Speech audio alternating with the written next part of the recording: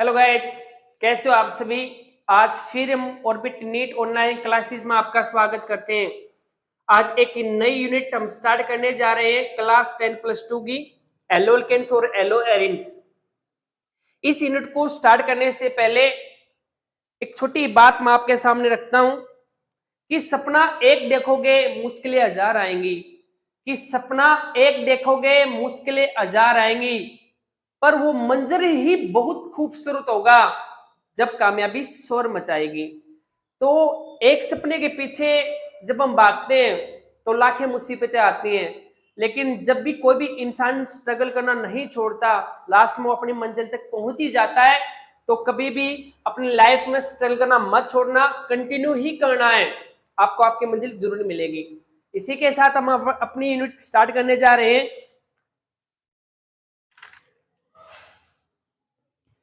ऊपर मैंने यहाँ पर नाम मेंशन किया है, एल्केन्स और एलो एरिन्स क्या होते हैं, इन्हीं के बारे में अपन डील करना है इस कंप्लीट यूनिट के अंदर।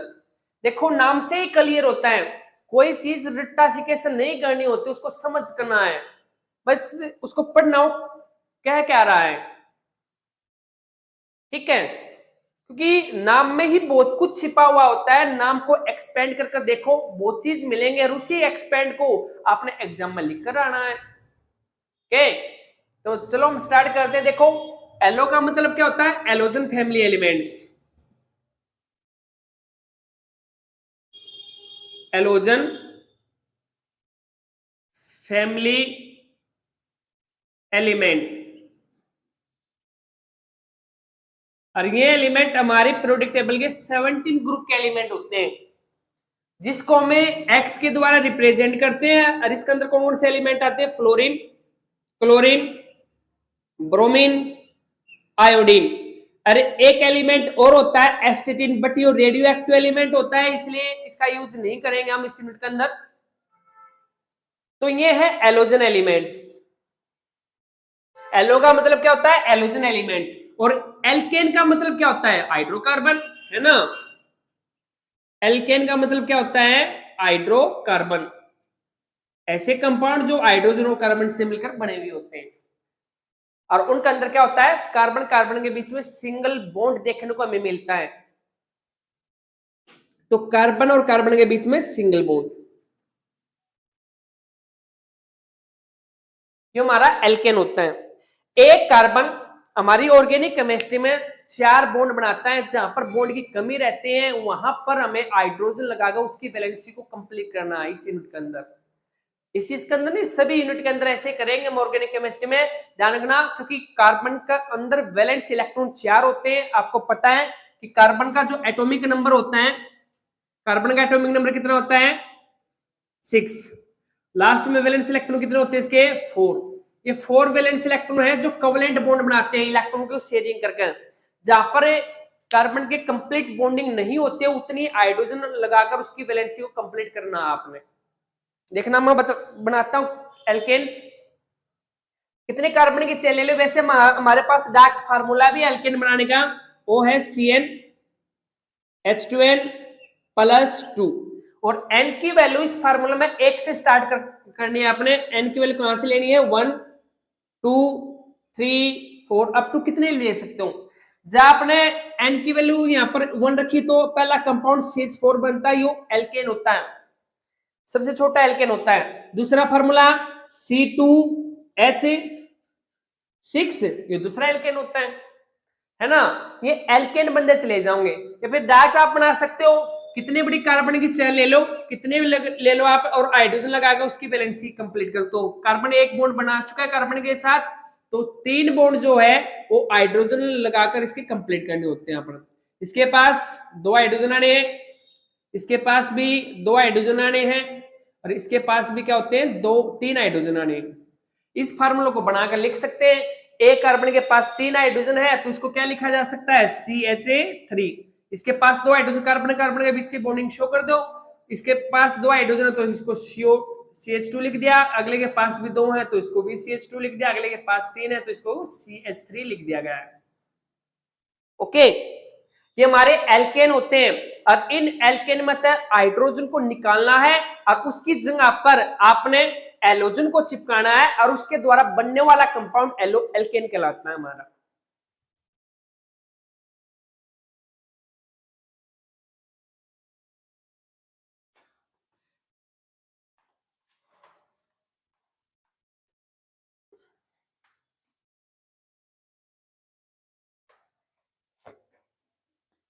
देखो कैसे बनते हैं, एक एल्केन ले लेते हैं हम CH4 और उसका अंदर एलोजन को ऐड कर देते हैं। अब मतलब हाइड्रोजन को निकाल देते हैं और उसकी जगह पर एलोजन को ऐड कर देते हैं। भाई यहाँ पर X2 ले लेते हैं, चलो क्लोरीन ले तो क्लोरीन लेना है आपने, जो लेना चाहो आप ले सकते हो। X2 में सभी एलिमेंट आ जाएंगे हमारे। X2 ले लेते हैं। अब तो यहाँ पर क्या होता है, हाइड्रोजन को निकाल दो इसमें, तो CH3 बच गया और यहाँ पर क्या रह गया X। ये जो कंपाउंड बनता है इसी का नाम है एलो एल्केन। इसी को क्या बोलते हैं अब, एलो एल्केन बोलते हैं अब हम। लेकिन एलो एल्केन का एक दूसरा नाम भी होता है, कॉमन नाम एल्काइल एलाइड के नाम से जानते हैं, क्योंकि मैंने आपको बताया था पहले समझने में, ध्यान देना यहाँ पर। देखो एक एल्काइल ग्रुप होता है, एल्काइल। एल्काइल क्या होते हैं, इसको ना आर के द्वारा डिनोट करते हैं और इसको जनरल फार्मूला क्या होता है बनाने का एल्काइल ग्रुप का, CnH2n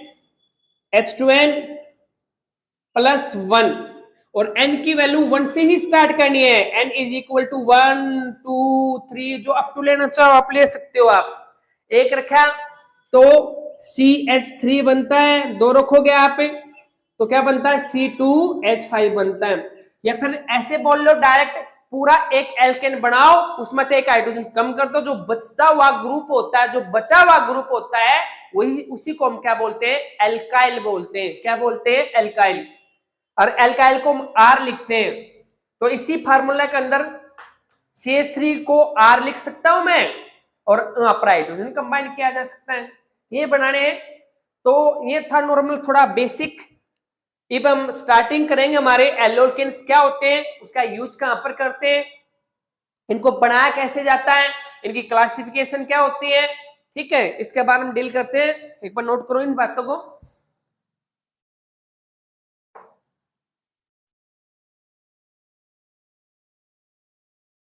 तो एल्केन का दूसरा नाम क्या होता है, एल्काइल एलाइड। इसको क्या बोला जाता है, एल्काइल एलाइड बोलते हैं। क्यों बोलते हैं अभी मैं बताऊंगा यहाँ पर क्या होता है एल्काइल एलाइड। एल्काइल मतलब आर और एलाइड मतलब एलोजन्स, है ना, मतलब RX। इसको क्या लिख सकते हैं आप, RX, एल्काइल एलाइड के नाम से भी जानते हैं यहाँ पर। ओके, तो व्हाट इज द एल्केन्स, देखो it is the halogen derivative of the alkanes. Halogen है, एल्केन को तोड़ दिया, उसके साथ चिपक गया, एल्केन्स कहलाते हैं, है ना। तो डेफिनेशन क्या है, it is the एलोजन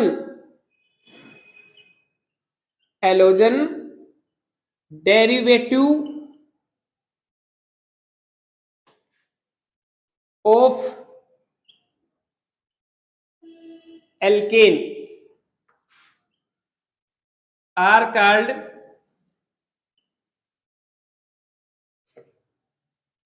yellow alkene, या फिर इसको क्या बोलते हैं आप, एल्काइल एलाइड के नाम से जानते हैं आप। Okay, it is the halogen derivative of the alkane are called the yellow alkanes, या फिर एल्काइल एलाइड के नाम से जानते हैं आप।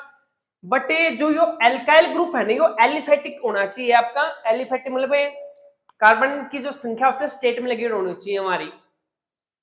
चलो मैं बताता हूं इसके बारे में, एक बार नोट डेफिनेशन करो। It is the halogen derivative of the alkane are called the alkanes या फिर एल्काइल। देखो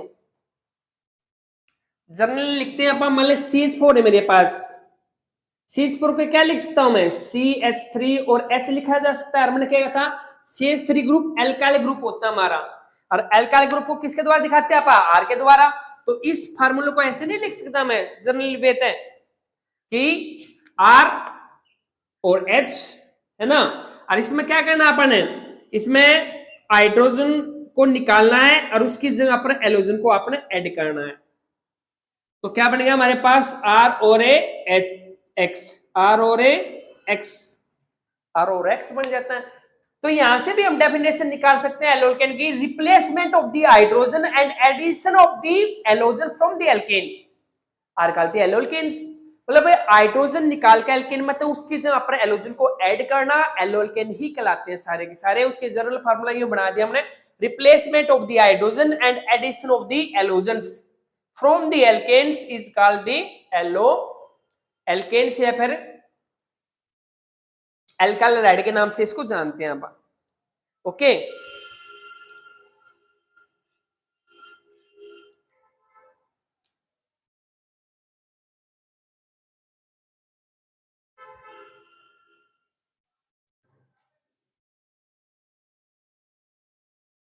एक डेफिनेशन यहाँ है, दूसरी डेफिनेशन यहां से बताई, तीसरी डेफिनेशन भी आप नोट कर सकते हो, नोट करो एक बार।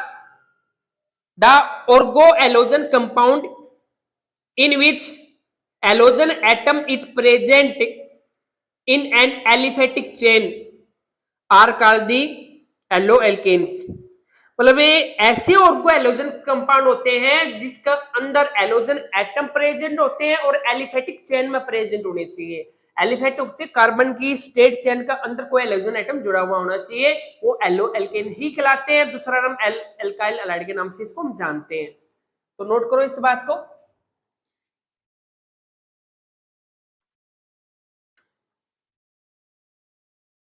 तो याद रख लेना, एक बात मैं यहां पर बता देता हूं आपको। यहां पर देखो आर जो यहां पर है वो होता है aliphatic, aliphatic chain of the carbon atom. Hydrocarbon बोल लो, एलिफेटिक हाइड्रोकार्बन, एलिफेटिक हाइड्रोकार्बन।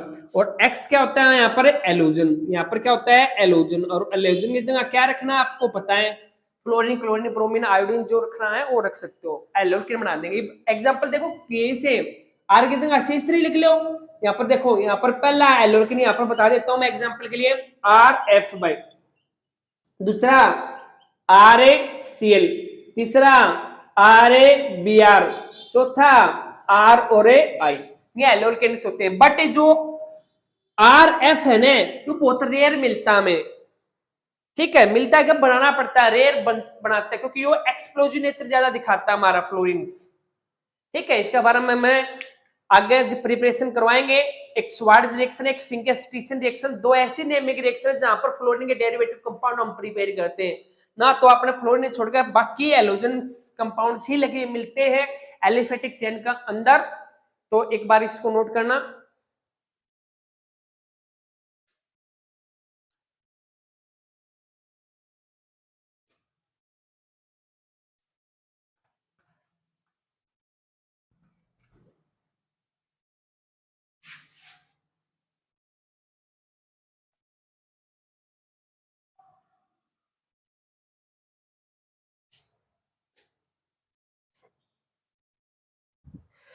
उसके बाद है एप्लीकेशन ऑफ एल्काइल हैलाइड या एल्केन। एप्लीकेशन ऑफ RX मतलब एल्काइल हैलाइड या फिर एलो एल्केन की एप्लीकेशन क्या होते हैं। हम डेली लाइफ में इन कंपाउंडों को कहां पर यूज करते हैं, इन कंपाउंडों को कहां पर यूज किया जाता है, एक बात बता देता हूं। मोस्टली जो एल्काइल हैलाइड्स होते हैं वो नेचर से ही ऑब्टेन किए जाते हैं। पहली बात यह लिखोगे, mostly alkyl halides are obtain from the nature. Note करो एक बार, नेचर से ऑब्टेन किए जाते हैं। Mostly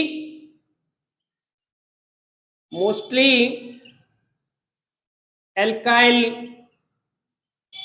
halide are obtained from nature. Mostly alkyl halide जो होते हैं वो नेचर से ही ऑब्टेन किए जाते हैं।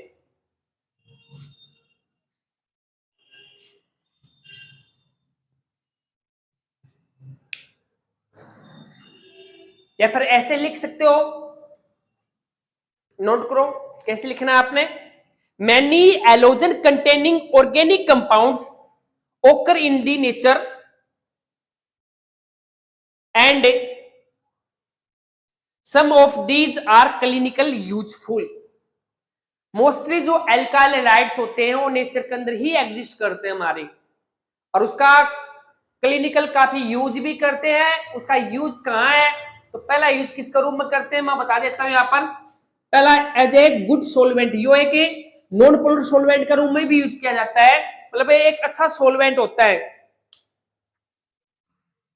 ठीक है। It is a good solvent for the non polar compounds. एक बार लिख लो, उसके बाद मैं समझाता हूं आपको।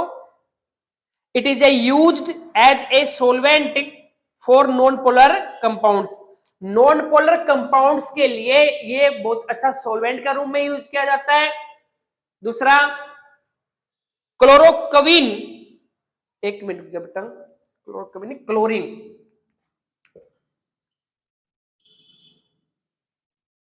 क्लोरीन, ठीक है।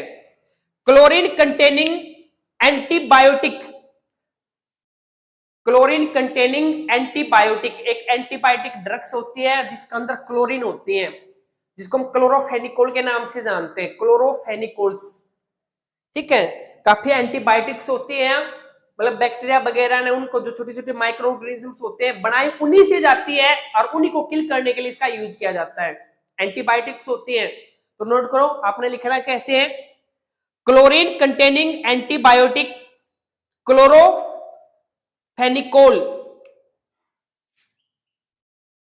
क्लोरोफेनिकोल,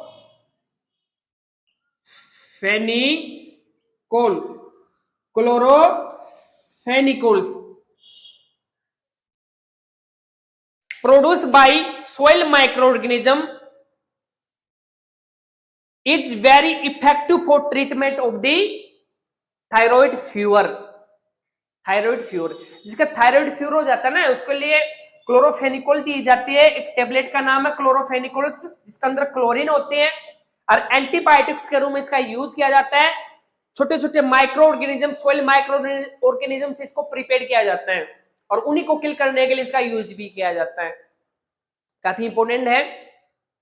तो कहां पर यूज किया जाता है मैंने आपको बता दी।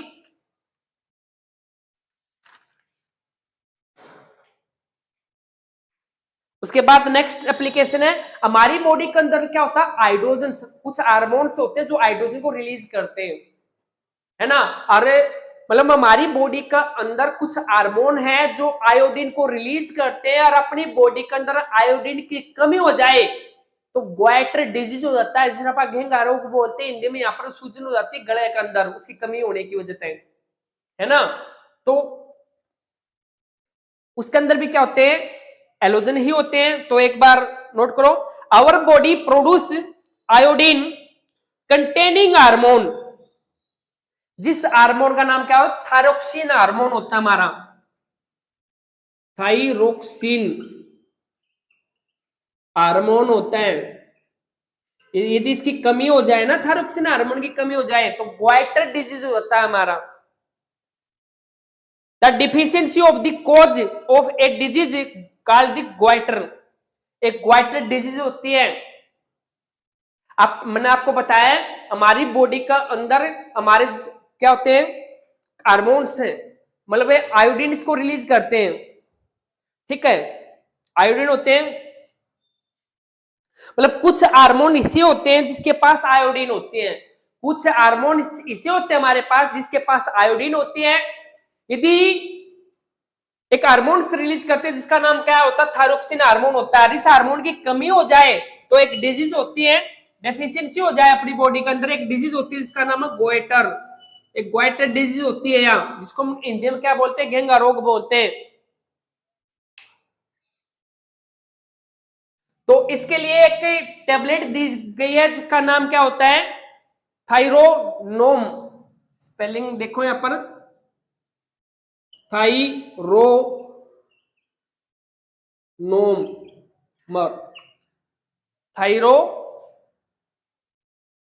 थायरोनोम यह होती है बेटा, जिसका ग्वाइटर डिजीज हो जाता है, जिसके अंदर थायरोक्सिन हार्मोन की कमी हो जाती है, उसको पूरा करने के लिए डॉक्टर पेशेंट को यह देते हैं थायरोनोर्म, थायरोनोरम्स टाइप के टेबलेट्स होते हैं जिसका डॉक्टर यूज करते हैं, देते हैं, जिसका थायरोक्सिन हार्मोन की कमी हो जाती है, ग्वाइटर डिजीज का शिकार हो जाता है, उसको इस ड्रग्स दिया जाता है।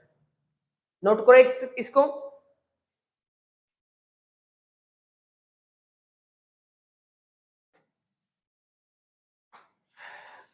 एक होती है क्लोरोक्विन, आपने नाम भी सुना होगा क्लोरोक्विन का। क्लोरोक्विन या मलेरिया के ट्रीटमेंट के लिए दी जाती है क्लोरोक्विन।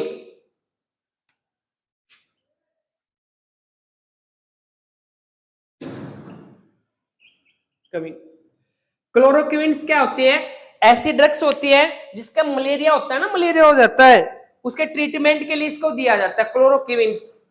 क्लोरोक्विन को मलेरिया के ट्रीटमेंट के लिए यूज किया जाता है। नोट करो क्लोरोक्विन लिखना कैसे हो, नोट करो एक बार। Synthetic halogen compounds chloroquine is use for the treatment of the malaria. इसको सिंथेटिक रूप से तैयार किया जाता है और treatment of the malaria, malaria के ट्रीटमेंट के लिए इसका ही यूज किया जाता है। उसके बाद होता है एलोथेन। एलोथेन इसको एज ए एनेस्थेसिया का रूप में यूज किया जाता है। एलोथेन का यूज एज ए एनेस्थेसिया का रूप में यूज किया जाता है। तो इसका फॉर्मूला होता है CFA3CHABRCl। इसको एलोथेन्स बोलते हैं। इसका फॉर्मूला ये हो भाई।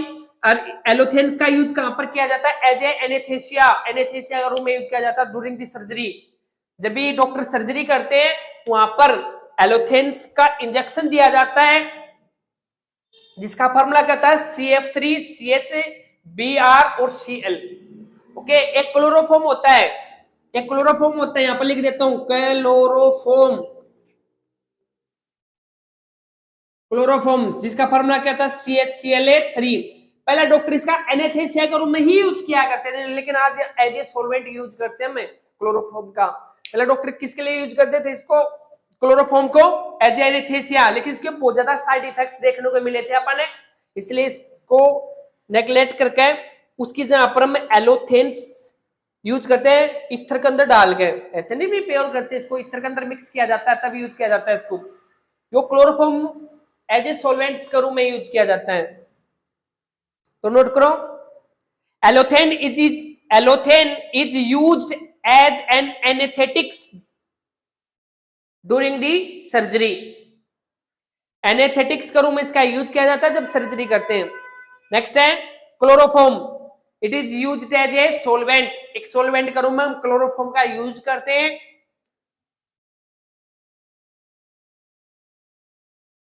नेक्स्ट होता है बेटा फ्रियोन्स। नेक्स्ट यूज क्या है फ्रियोन के अंदर? फ्रियोन्स होते हैं कुछ, इन फ्रियोन का यूज अपन रेफ्रिजरेंट के अंदर करते हैं। कहां पर करते हैं? रेफ्रिजरेंट के अंदर कुछ फ्रियोन्स का यूज करते हैं अपन।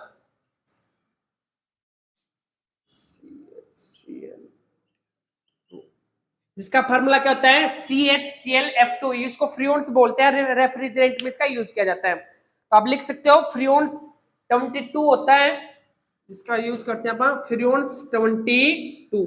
तो लिख सकते हो आप फ्रियोन्स 22 आर या freons 22 is used in refrigerant.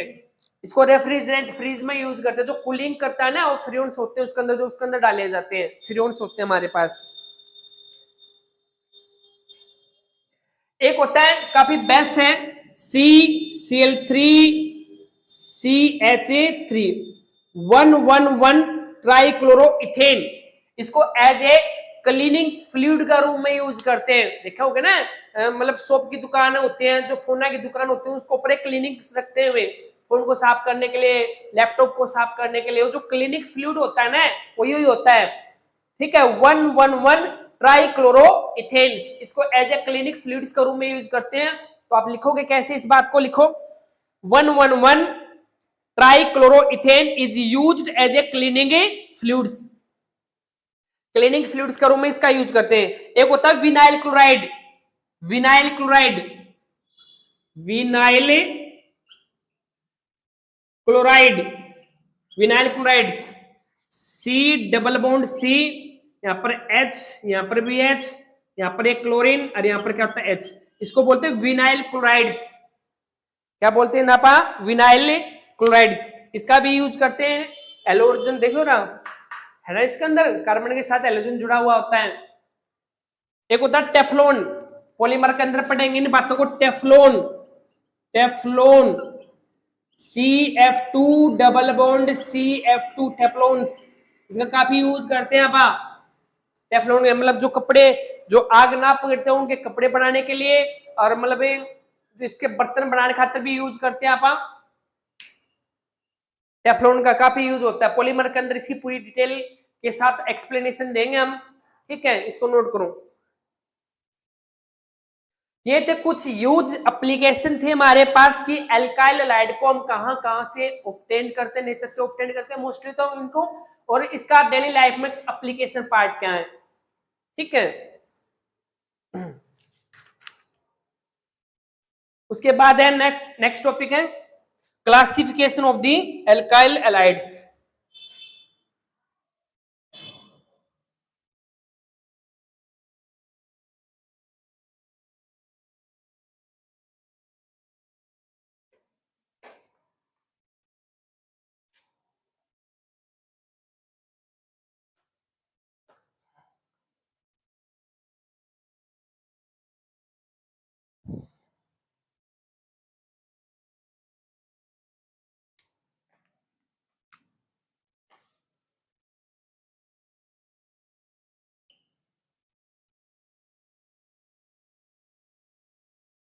Classification of RX मतलब एल्काइल हैलाइड की क्लासिफिकेशन।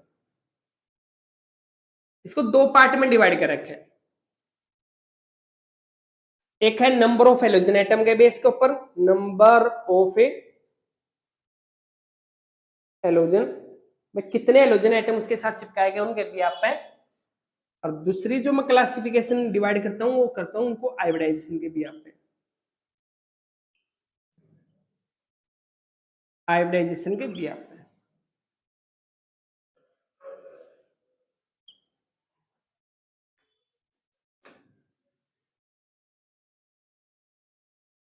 नंबर ऑफ हेलोजन्स के भी आप है, और दूसरा क्या है हाइब्रिडाइजेशन के भी आप है। नंबर ऑफ हेलोजन के भी आप है, इसको तीन कैटेगरी में हमने डिवाइड कर दिया। एक mono alkanes, mono halo alkane,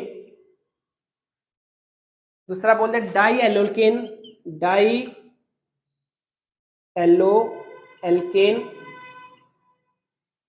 तीसरा हमें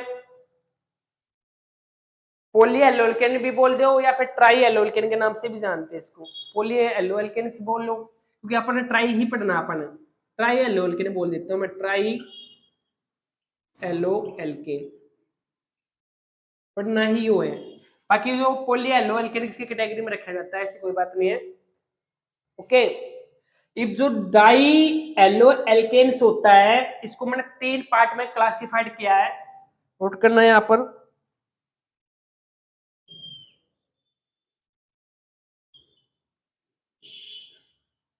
तीन पार्ट में क्लासिफाइड किया है डाई एलो एल्केन्स को। आपको दिखाना दे रहा मैं ऊपर लिख देता हूं डाई एलो एल्केन्स को तीन पार्ट में। एक तो जर्मिनल डाइलाइड्स, देख रहे हैं तो यहाँ पर लिखता हूं मैं, ध्यान रखना ये डाई की है। डाई एल्केन को तीन पार्ट में डिवाइड किया गया। पहला पार्ट हमारा जर्मिनल, जर्मिनल डाई एलाइड क्योंकि इसके साथ दो एलोजन जुड़े होते हैं ना। दूसरा है जर्मिनल को जेम, इस तरीके से जेम लिखते हैं, जेम डाई एलाइड बोलते हैं, ओके। दूसरा है विसिनल डाइएलाइड, इसको विक डाइएलाइड के नाम से जानते हैं अपन। तीसरा है टर्मिनल डाइएलाइड, टर्मिनल डाइएलाइड। ये क्या होते हैं इनका पूरा एक्सप्लेनेशन रखेंगे आप। तो ये डाई एलोल्केन्स की टाइप होती है। ट्राई एलोल्केन की भी टाइप होती है हमारे पास, 3 टाइप की। पहले मैं यहाँ पर बता देता हूं। ट्राई येलो दिखा दे रहा है ना अपने। हाँ। तो ट्राई एल्लोकेन्स, एक तो क्लोरोफॉर्म हो गया, 3 हेलोजन जिसके साथ जुड़े पाओगे अपन, क्लोरोफॉर्म हो गया, ब्रोमोफॉर्म हो गया और आइडोफॉर्म हो गया। 3 हेलोजन होते हैं, ठीक है। इनके जो क्लासिफिकेशन है कुछ इस तरीके के होते हैं। देखना, जो क्लोरोफॉर्म होता है ना बेटा, ये कलरलेस होता है और ट्रांसपेरेंट होता है। आई बात में, ट्रांसपेरेंट होता है यो पहले कलर का होता है और ये येलो कलर का होता है। क्लोरोफॉर्म्स क्या होते हैं देखने के लिए कलर बताता हूँ। ट्रांसपेरेंट होता है पहला, पहले कलर होता है येलो कलर होता है। कलर के भी आप आइडेंटिफाइड करते हैं, कलर अलग होते हैं। क्लोरोफॉर्म किसा होता है ट्रांसपेरेंट, यो किसा होता है पहले कलर्स, और यो किसा होता है हमारे पास येलो कलर का होता है, यहाँ पर लिखा गया है। नोट करो एक बार, मतलब नंबर ऑफ हेलोजन का भी यहाँ पे, एक तो मोनो एल्लोकेन हो गया, डाई एल्लोकेन को 3 कैटेगराइज किए मैंने, एक जर्मिनल डाइलाइड्स, विसिनल डाइलाइड्स और टर्मिनल डाइलाइड्स, ठीक है। ट्राई एल्लोकेन को भी मैंने 3 कैटेगरी में बांट दिया, क्लोरोफॉर्म, ब्रोमोफॉर्म, आइडोफॉर्म। क्लोरोफॉर्म का फार्मूला CH3Cl3 जो ट्रांसपेरेंट होता है, लिख लेना, ट्रांसपेरेंट होता है यो क्या होता है पहले कलर होता है इसका, और यो किसा होता है येलो कलर का होता है, येलो कलर होता है इसका, ओके। आइडोफॉर्म्स जिसको बोला गया, पढ़ेंगे सारे।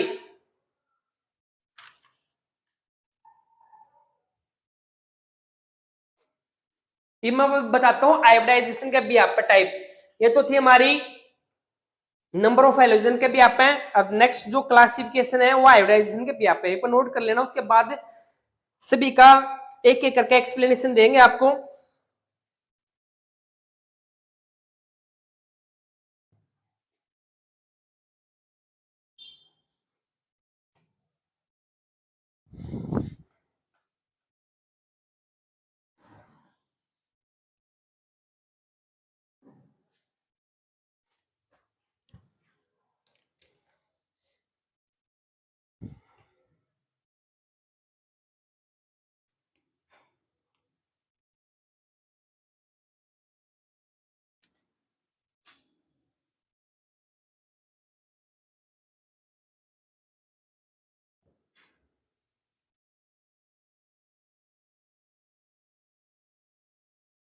आयोडाइजेशन के भी आप में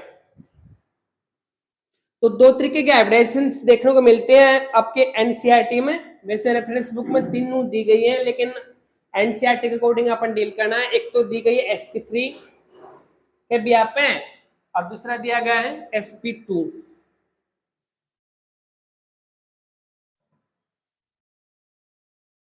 sp3 आयोडाइजेशन और sp2 के भी आप हैं।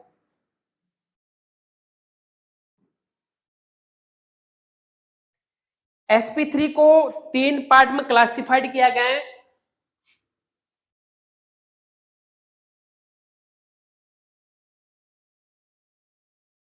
एक एल्काइल एलाइड, एल्काइल एलाइड,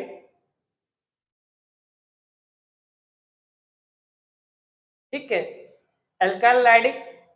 दूसरा है एलाइलिक एलाइड,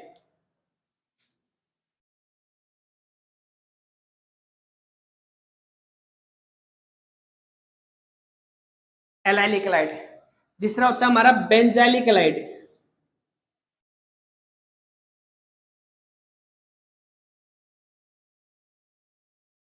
बेंजाइलिक एलाइड।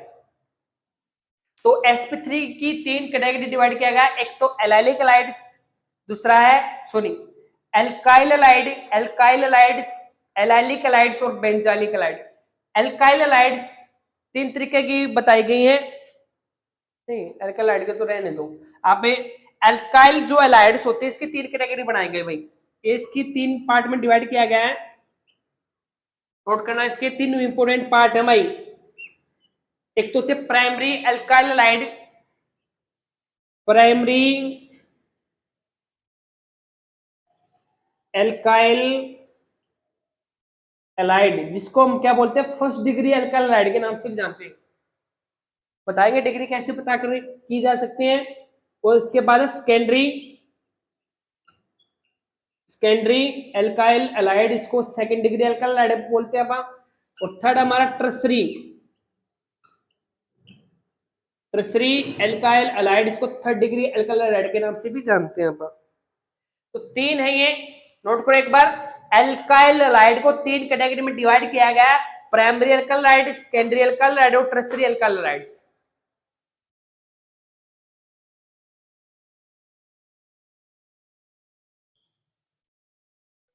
इसको भी बना सकते हैं, first degree allylic allied, second degree allylic allied, third degree allylic allied, इसको भी बनाया जा सकता है। ठीक है, क्यों भी हो सकता है, first degree allylic allied, second degree allylic allied, third degree allylic allied, इसको एक्सप्लेन करेंगे तब बताएंगे। You have benzylic halides, explain तब करें तभी इनको एक्सप्लेन करेंगे, लेकिन क्लासिफिकेशन लिखवाता हूं मैं पहले। और sp2 को दो कैटेगरी में डिवाइड किया गया है, एक विनाइलिक एलाइड्स, विनाइलिक एलाइड, और दूसरा होता है बेंजाइलिक, बेंजाइलिक तो हो गया हमारे पास, एराइल एलाइड्स। इसमें बेंजीन आ जाती है, एल्वेरिन आ जाती है इसके अंदर, एराइल एलाइड। पूरी क्लासिफिकेशन आपने डील करनी है, एक बार नोट करो इन सभी को।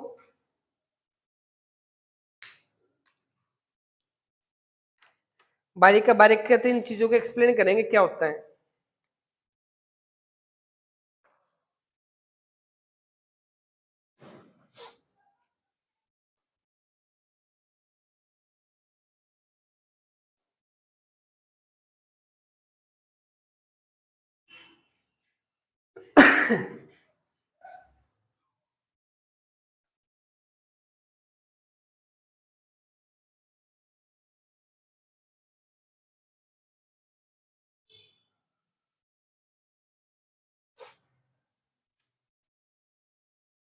देखो भाई, ये पहली है, फर्स्ट जो हमारे पास वो होता है मोनो एलो एल्केन्स, मोनो एलोकेन्स,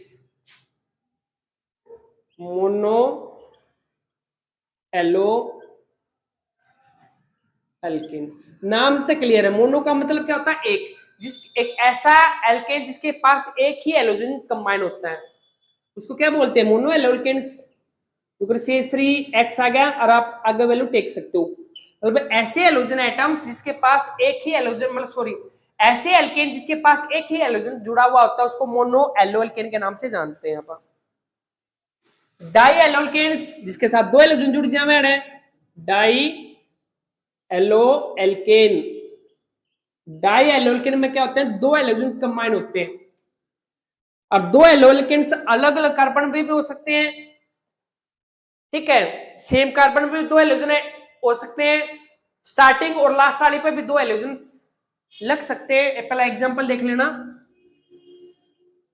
एक एलोजन यो लगा दिया, एक एलोजन यो लगा दिया, इसके पास क्या दे, हाइड्रोजन दो, और इसके पास भी कितनी दे रही, दो।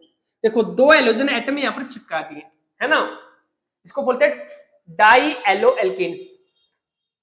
Try halo alkanes, tri halo alkane, tri alkane में क्या होता है, तीन एलोजन एटम चिपका देते हैं अपन।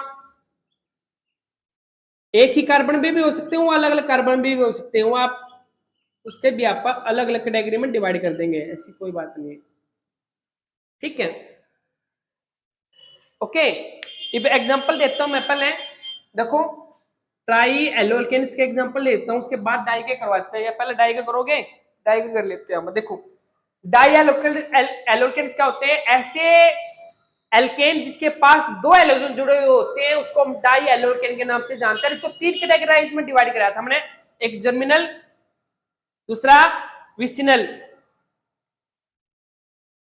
और दूसरा क्या करा था, विसिनल, है ना।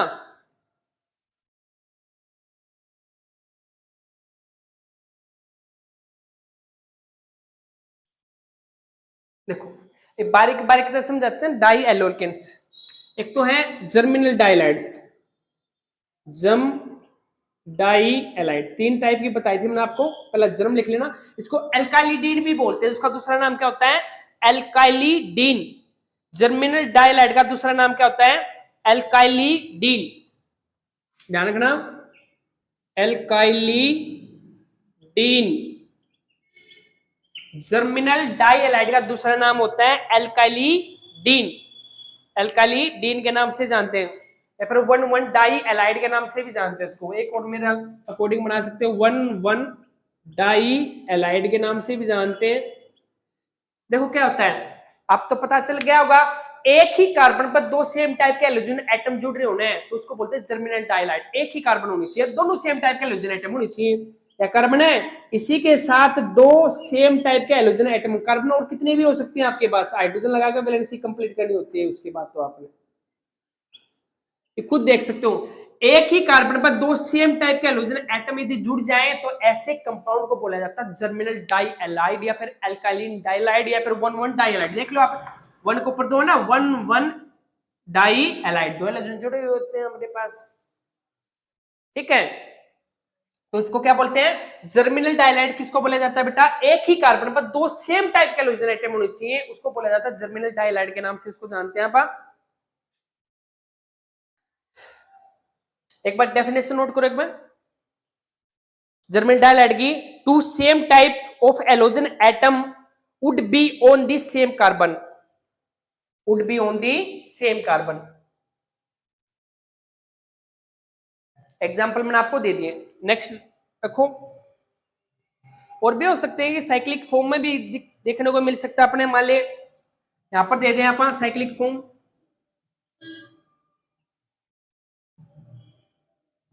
एलोजन और इसी के ऊपर एलोजन यहां पर देख दिया हमने। तो यह भी क्या होगी? जर्मिनल, क्योंकि एक ही कार्बन पर 2 सेम टाइप के एलोजन एटम चिपके हुए हैं यहां पर, तो जर्मिनल डाइलाइड के नाम से इसको जानते हैं अपन। उसके बाद नोट करो,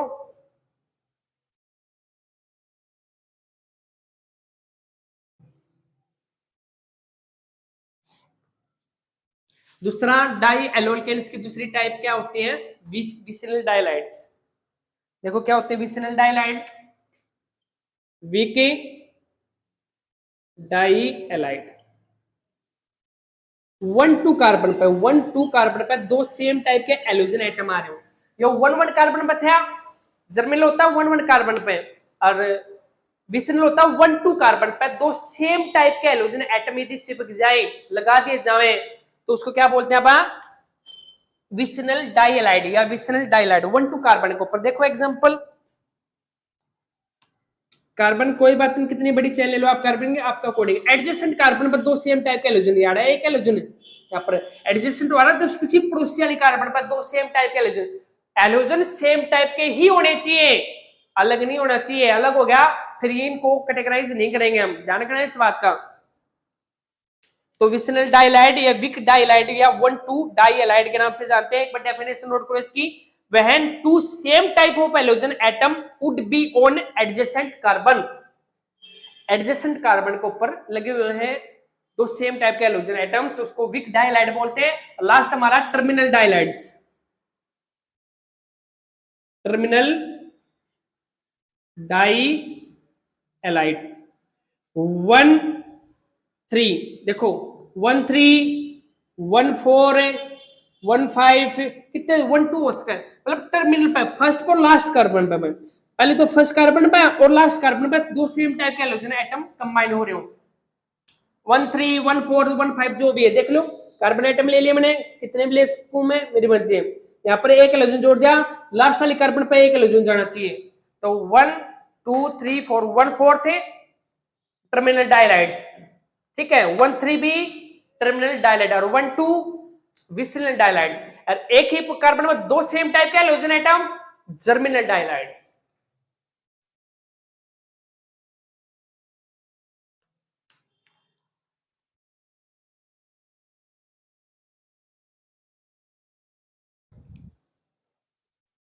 ट्राई एल्केन्स बेटा क्या होते हैं उसको बता देता हूं मैं। ट्राई एल्केन्स क्या होते हैं? जिसके पास 3 एलोजन एटम जुड़े हुए होते हैं। एग्जांपल कौन से होते हैं इसके पास? CH Cl3 क्लोरोफॉर्म हो सकता है, CH3 Br, एक मिनट बाद CH Br 3, अरे CH3, क्लोरोफॉर्म, ब्रोमोफॉर्म और आइटोफॉर्म्स, तीन तीन हेलोजन एटम जुड़े हुए होते हैं, इसको बोलते हैं tri halo alkanes. Tri halo alkanes इसको बोला जाता है, नोट करो एक बार। उसके बाद हम हाइब्रिडाइजेशन के भी आप चलते हैं फिर।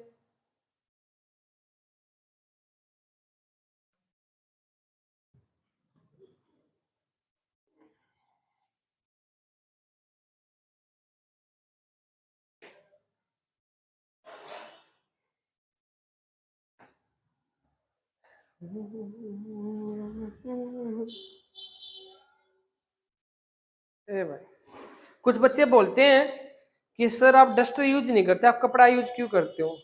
इससे ना जो बोर्ड होता है साफ क्लीन हो जाता है, और डस्टर से क्या होता है थोड़ा रह जाता है, और साफ हमें तभी दिखाई देता है जब हमारा बोर्ड क्लीन होता है। तो ऐसे नहीं कि सर के पास पैसे नहीं है तो मतलब डस्ट नहीं लेकर आ रहे, this is best for me, ठीक है, साफ करने के लिए।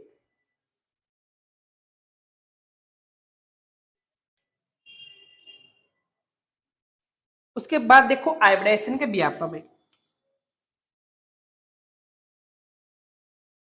सेकंड क्लासिफिकेशन क्या थी, या नंबर ऑफ हेलोजन के ऊपर थी, कितने हेलोजन एटम आपने उस पर चिपका रखे उसके व्यापक। अब है हाइब्रिडाइजेशन के व्यापक।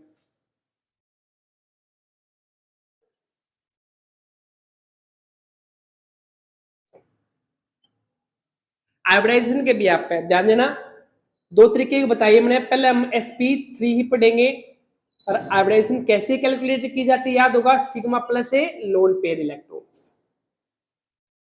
यदि इनका जोड़ यदि 4 बैठे हैं तो sp3 हाइब्रिडाइजेशन है, 3 बैठता है तो sp2 है, तो 2 ही पढ़नी है। या फिर इनका भी जो छोड़ो, जितने सिंगल बॉन्ड बना हुआ है उन काउंट कर लो। यदि सिंगल बॉन्ड 4 बना रहा है कार्बन एटम जिसके साथ हेलोजन लग रहा है, बात वहां पर है, ठीक है। जिस कार्बन पर हेलोजन लगा हुआ होता है उसके बाद 4 सिग्मा बॉन्ड बना रखे हैं, single bond 4 sigma bond single bond, तो sp3 है। 3 सिग्मा बॉन्ड बना रहा है तो sp2 हाइब्रिडाइजेशन वहां पर कितने हैं, sp2 है।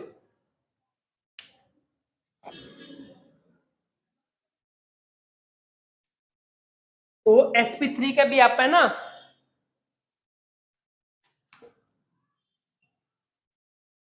sp3 का भी आप है। तो पहला क्या है, एल्काइल एलाइड है ना, वही होते हैं एल्काइल एलाइड, पढ़े थे स्टार्टिंग में, एल्केन्स को ही एल्काइल एलाइड बोला जाता है। ये 3 टाइप के बताए गए हैं हाइब्रिडाइजेशन भी आप है, एक तो फर्स्ट डिग्री एल्काइल एलाइड, एक सेकंड डिग्री एल्काइल एलाइड, एक थर्ड डिग्री एल्काइल एलाइड। ये डिग्री क्या होते हैं वो ध्यान देना एक बार, मैं एक बार कंफर्म करवाता हूँ। डिग्री क्या होती है, एक कार्बन की चेन लेता हूँ इस तरीके से, कहीं पर भी कोई भी कार्बन हो सकती है, ऐसी कोई बात नहीं, कितनी लंबी चेन बना ली मैंने।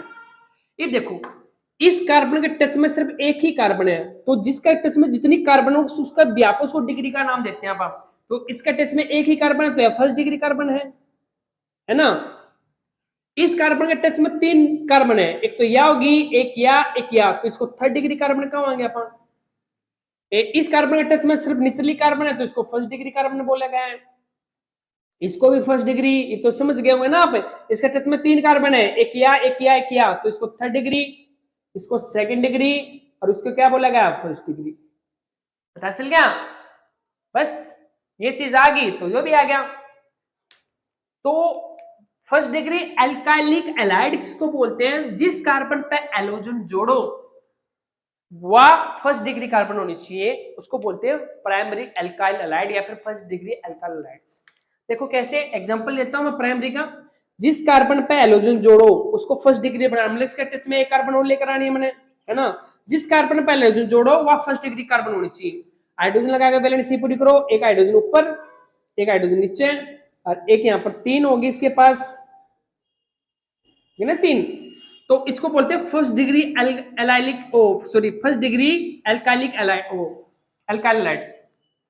अब इसके हाइब्रिडाइजेशन नोट करो, इस कार्बन की, जिस कार्बन पे हेलोजन जोड़ो उसके हाइब्रिडाइजेशन देखो, 4 सिग्मा बॉन्ड बनाए, 1 2 3 4, तो 4 सिग्मा बॉन्ड मतलब है sp3, देखो 4 ऑर्बिटल हो गए, 3 p के एक इसका, तो 4 बने तो sp3, 3 बने हैं तो sp2 हाइब्रिडाइजेशन होगी। तो एग्जांपल समझ में आया। यो प्राइमरी एल्काइलिक एलाइड्स का, किसका एग्जांपल है? प्राइमरी एल्काइल एलाइड का।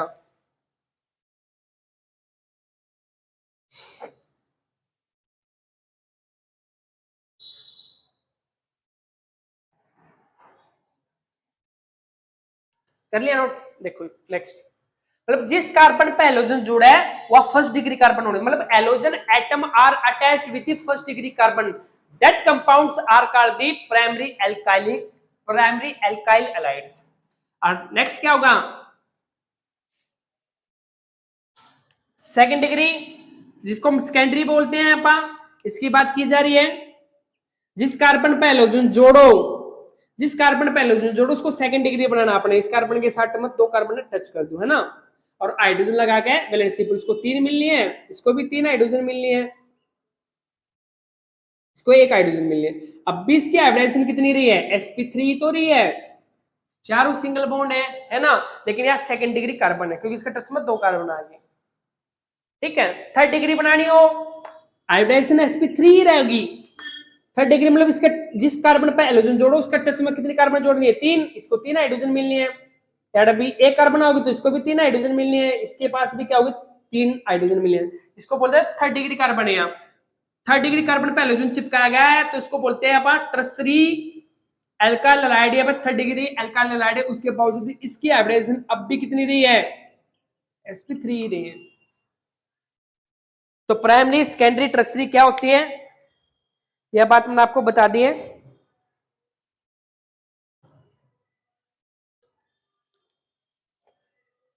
नोट करो। उसके बाद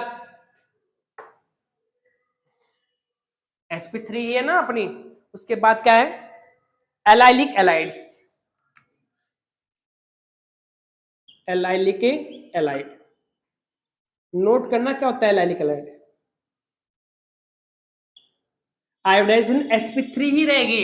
एलाइलिक एलाइड्स किसको बोलते हैं? जिस कार्बन पे एलोजन जोड़ो भाई, जिस कार्बन पे एलोजन जोड़ो आप, उससे नेक्स्ट कार्बन पर डबल बॉन्ड होना चाहिए, उससे नेक्स्ट कार्बन क्या होनी चाहिए? Double bond. आगे कितने भी कार्बन बढ़ा सकते हो, वो आपकी मर्जी है, लेकिन कंडीशन एक है, जिस कार्बन पे एलोजन जोड़ो उससे नेक्स्ट कार्बन डबल बॉन्डेड होनी चाहिए। अपन कह दिया जिस कार्बन की हाइब्रिडाइजेशन sp, जिस कार्बन पे एलोजन जुड़ा हुआ sp3 हाइब्रिडाइज है उससे नेक्स्ट कार्बन sp2 होनी चाहिए, ऐसे भी बोल देते हैं। तो फिर डायरेक्ट इसको याद रखने का तरीका क्या है? जिस कार्बन पे एलोजन जुड़ा है उससे नेक्स्ट कार्बन क्या होनी चाहिए? डबल बॉन्डेड होनी चाहिए। उसको क्या बोलते हैं आप? एलाइलिक एलाइड्स के नाम से जानते हैं। लेकिन हाइड्रोजन अब भी इसके पास कितनी है? 2 आनी है क्योंकि डबल बॉन्ड बना है, इसके पास 1 आनी है, इसके पास हाइड्रोजन कितनी आनी है? 2। अब भी इस कार्बन की हाइब्रिडाइजेशन sp3 ही तो है, क्योंकि जिस कार्बन पे एलोजन जोड़ना है उस कार्बन की आपने हाइब्रिडाइजेशन नोट करनी है। इसको बोलते हैं एलाइलिक एलाइड्स। जिस कार्बन पे एलोजन जोड़ा है उसका नेक्स्ट कार्बन डबल बॉन्डेड होनी चाहिए, उसको एलाइलिक बोलते हैं। आप डेफिनेशन नोट कर सकते हो आप। Halogen atom is bonded to be a sp3 hybridised carbon next to double bond between the carbon atom। ठीक है, नेक्स्ट कार्बन पर क्या होना चाहिए? डबल बॉन्ड होना चाहिए कार्बन एटम के बीच में। और भी एग्जांपल है एलाइलिक एलाइड्स के, कैसे?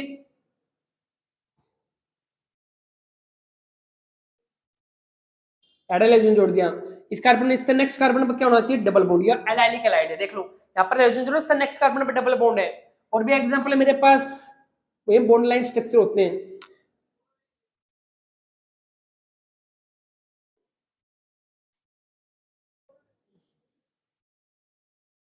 देखो इस कार्बन पर एलोजन जोड़ा गया है, इस कार्बन पर एलोजन, इससे नेक्स्ट कार्बन पर क्या होना चाहिए? Double bond. देख डबल बॉन्ड है, यो भी एलाइलिक एलाइड ही होते हैं, ये सारे एलाइलिक एलाइड होते हैं। जिस कार्बन पर एलोजन जोड़ा है उसका नेक्स्ट कार्बन क्या होनी चाहिए? आपकी डबल बॉन्डेड होनी चाहिए। एलाइलिक एलाइड के नाम से ही जानते हैं आप उस चीज को। ये पे वही बात पर फर्स्ट डिग्री एलाइलिक एलाइड बना सका, सेकंड डिग्री एलाइलिक एलाइड बना सका, थर्ड डिग्री एलाइलिक एलाइड भी बना सकते। कैसे बनावांगे आप खुद देखो। या फर्स्ट डिग्री एलाइलिक एलाइड, क्योंकि इसके टच में एक ही कार्बन है ना, फर्स्ट डिग्री कार्बन है। जब इसको सेकंड डिग्री बनाना हो,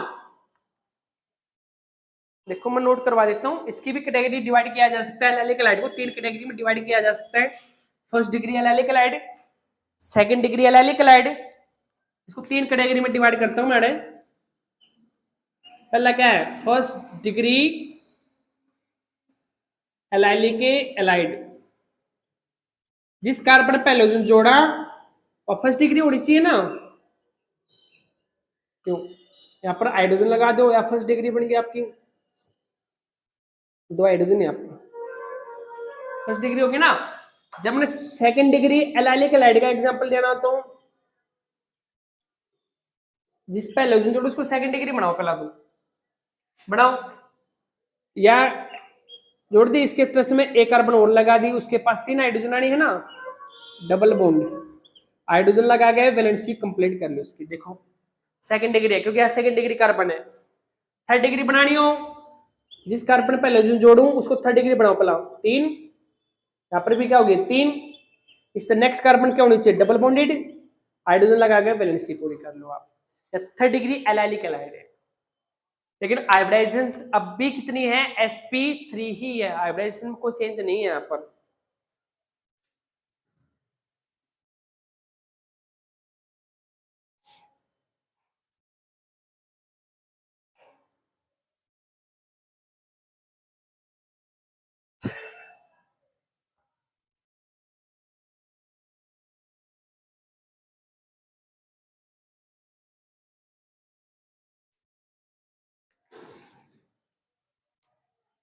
नेक्स्ट है बेंजाइलिक हैलाइड्स।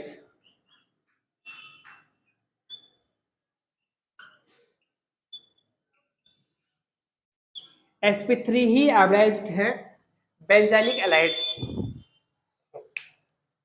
देखो तीन चीज होती है बेटा, ध्यान देना, एक होती है बेंजाइल, बेंजीन का यूज किया जाएगा CH2, इसको बोलते हैं बेंजाइल, बेंजाइल, बेंजीन के ऊपर CH2 ग्रुप हो रहा है, यदि दो CHO, इसको बोलते हैं बेंजल, बेंजल।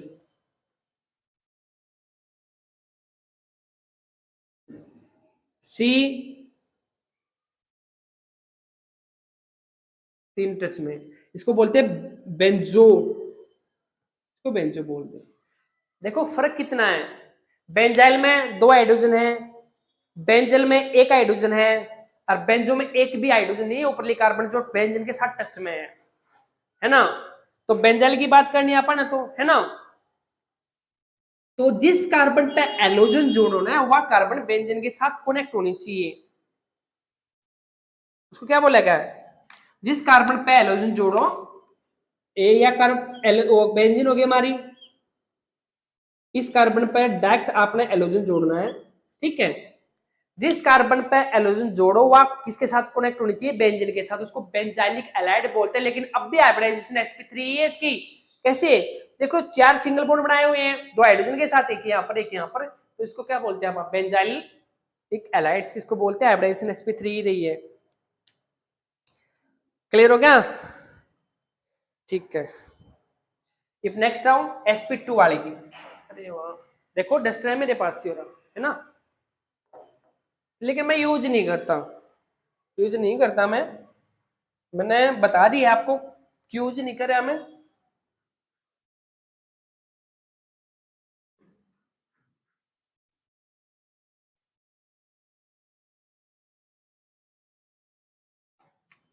ई पढ़ने अपने sp2 के व्याप पे भाई, और 2 टाइप की बताई गई हैं sp2 का व्याप है, एक विनाइलिक हैलाइड और दूसरा एराइलिक, vinylic halide.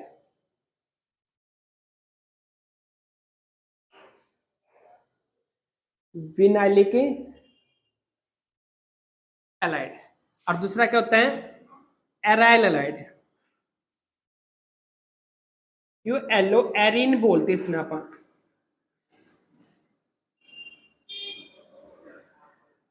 Yellow Erin. Vinylic halides क्या होता है, देखो नाम छोटी बात है, जिस कार्बन पे एलोजन जोड़ो ना बेटा वह कार्बन डबल बॉन्डेड होनी चाहिए, उसको बोलते हैं विनाइलिक हैलाइड्स। जिस कार्बन पे आपने एलोजन एटम लगाया है उसी के ऊपर डबल बॉन्ड बना दे तो विनाइलिक हैलाइड्स कहलाती है। हाइड्रोजन लगा के वैलेंसी पूरी कर लो, आगे कितने भी आप कार्बन बढ़ा सकते हो, हाइड्रोजन लगा बस आपने तो वैलेंसी ही पूरी करनी है, इसके पास एक आनी है, इसके पास भी एक आनी है, इस कार्बन की जो हाइब्रिडाइजेशन है वह sp2 हो गई है। देखो कैसे हो सकती है, एक सिंगल बॉन्ड, दूसरा सिंगल बॉन्ड, तीसरा सिंगल बॉन्ड हो रहा, लेकिन ये पाई बॉन्ड है। जहां पर डबल बॉन्ड होता है ना, वहां पर एक पाई एक सिग्मा होता है। जहां पर ट्रिपल बॉन्ड होता है एक सिग्मा दो पाई बॉन्ड होते हैं। तो आपने सिग्मा बॉन्ड ही काउंट करना बस। तो तीन हो गए ना, तो इसको बोलते हैं विनाइलिक एलाइड। जिस कार्बन पर एलोजन जुड़े हैं वह कार्बन क्या होनी चाहिए, आपकी डबल बॉन्डेड होनी चाहिए। तो आप पहला तो एक बार बेंजाइलिक एलाइड की डेफिनेशन नोट कर लेना। बेंजाइलिक एलाइड की डेफिनेशन, बेंजाइलिक एलाइड की डेफिनेशन नोट करो। जिस बच्चे ने नहीं लिखी है तो नोट करके लिख सकता है। देखो, halogen atom is bonded to a sp3 hybridisation carbon atom next to an aromatic ring. Benzylic halide की डेफिनेशन है भाई। विनाइलिक एलाइड की डेफिनेशन नोट करो। These halides have the halogen bonded to one of the carbon atom of a carbon-carbon double bond। ठीक है, मतलब halogen atom उस carbon के साथ जुड़ा हुआ होता है जहां पर कार्बन कार्बन के बीच में क्या देखने को मिलता है, अपन डबल बॉन्ड देखने को मिलता है। उसको क्या बोला गया है,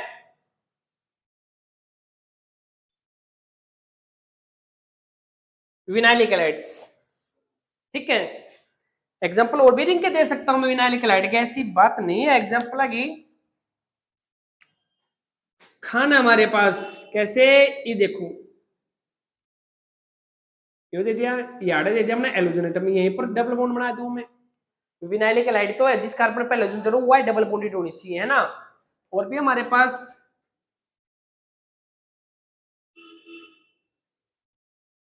यार्ड एलोजन है तो इसके साथ जोड़ दिया जाए, वाई कार्बन क्या होनी चाहिए, डबल बॉन्डेड होनी चाहिए। विनाइलिक एलाइड होते हैं। और एराइल एलाइड किसको बोलते हैं बेटा, जिस कार्बन पर मतलब halogen atom direct attach to the ring, halogen atom direct attach to the benzene ring are called the aryl halides. इसमें क्या होता है, एलोजन जो एटम होता है वो डायरेक्ट बेंजीन रिंग के साथ कनेक्ट होता है। देखो, जो एलोजन एटम है डायरेक्ट बेंजीन रिंग, एक छोड़ के डबल बॉन्ड होता है बेंजीन रिंग में, कुछ इस तरीके का, है ना। डायरेक्ट बेंजीन रिंग के साथ कनेक्ट होता है, लेकिन अब भी इसकी हाइब्रिडाइजेशन कितनी रहती है, sp2। हाइब्रिडाइजेशन कितनी रहती है इसकी, sp2 ही रहती है। ठीक है, या थी हमारी पूरी क्लासिफिकेशन एराइल एलाइड्स की। डेफिनेशन लिख सको तो लिख सकते हो, एराइल एलाइड की definition, halogen atom in these halides is directly linked to an aromatic ring carbon, या फिर halogen atom directly attach to the benzene ring, उसको भी क्या बोला जाता है, एराइल एलाइड, या फिर एलो एरिन बोला जाता है। इन दोनों केस में इनकी हाइब्रिडाइजेशन sp2 रहती है। तो आज के लिए इस वीडियो में इतना ही काफी है। फिर मिलते हैं एक नए लेक्चर के साथ नई वीडियो में। थोड़ा एक दो पद चलो मैं बोल ही देता हूं, क्योंकि जो मन में आती है ना बात वो रख देनी चाहिए। ऑर्गेनिक केमिस्ट्री एक ऐसी केमिस्ट्री बेटा जो प्रैक्टिस मांगते हैं। जितना आप प्रैक्टिस करोगे, एक नूना में भी केमिस्ट्री केमिस्ट्री प्रैक्टिस मांगती है, हर सब्जेक्ट प्रैक्टिस मांगता है। जब तक आप कंटिन्यूस चीज के ऊपर फोकस नहीं करोगे, नहीं प्रैक्टिस करोगे, कोई चीज नहीं आएगी। हर इंसान को तभी आती है जब उसकी प्रैक्टिस होती है। ठीक है, तो मेरे पास ऐसी तो नहीं है भाई कोई देसी जड़ी बूटियों से कोई दवाई बना रखी हो, उससे ब्रेन चल जाए बड़ा का, उसको गोली पिया दी जाए, ऐसा कुछ नहीं है। हमें कोई चीज याद हुई है तो प्रैक्टिस से ही हुई है। हम तो आपको समझा सकते हैं बात क्या है, आपके दिमाग में नहीं बांट सकते। आपको समझ में आएगी इसकी भी गारंटी हम ले सकते हैं, बट आपको जो याद रहेगी ना उसका एक ही जरिया है, और वह है आपकी प्रैक्टिस बस, और कुछ नहीं है उसका जरिया, आपकी प्रैक्टिस ही है। ठीक है, आपकी प्रैक्टिस ही आपको कामयाबी की तरफ लेकर जा सकते हैं, है ना। तो आज के लिए इस लेक्चर में इतना ही काफी है। फिर मिलते हैं गाइस नेक्स्ट वीडियो के अंदर। Okay, tata, bye bye.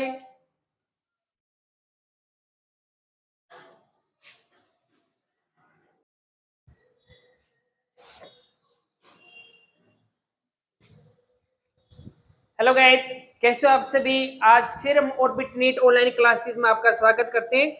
आज second lecture organic chemistry class 10+2 halo alkanes और एल्लो एरिन स्टार्ट की जा चुकी है हमारी यूनिट।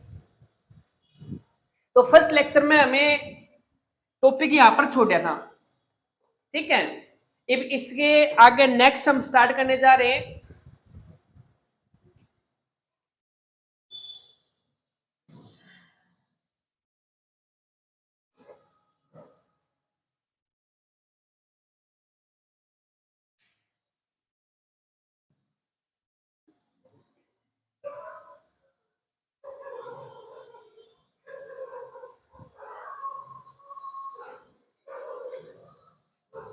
नेक्स्ट जो टॉपिक हमारा वो है CX बॉन्ड, CXA बॉन्ड।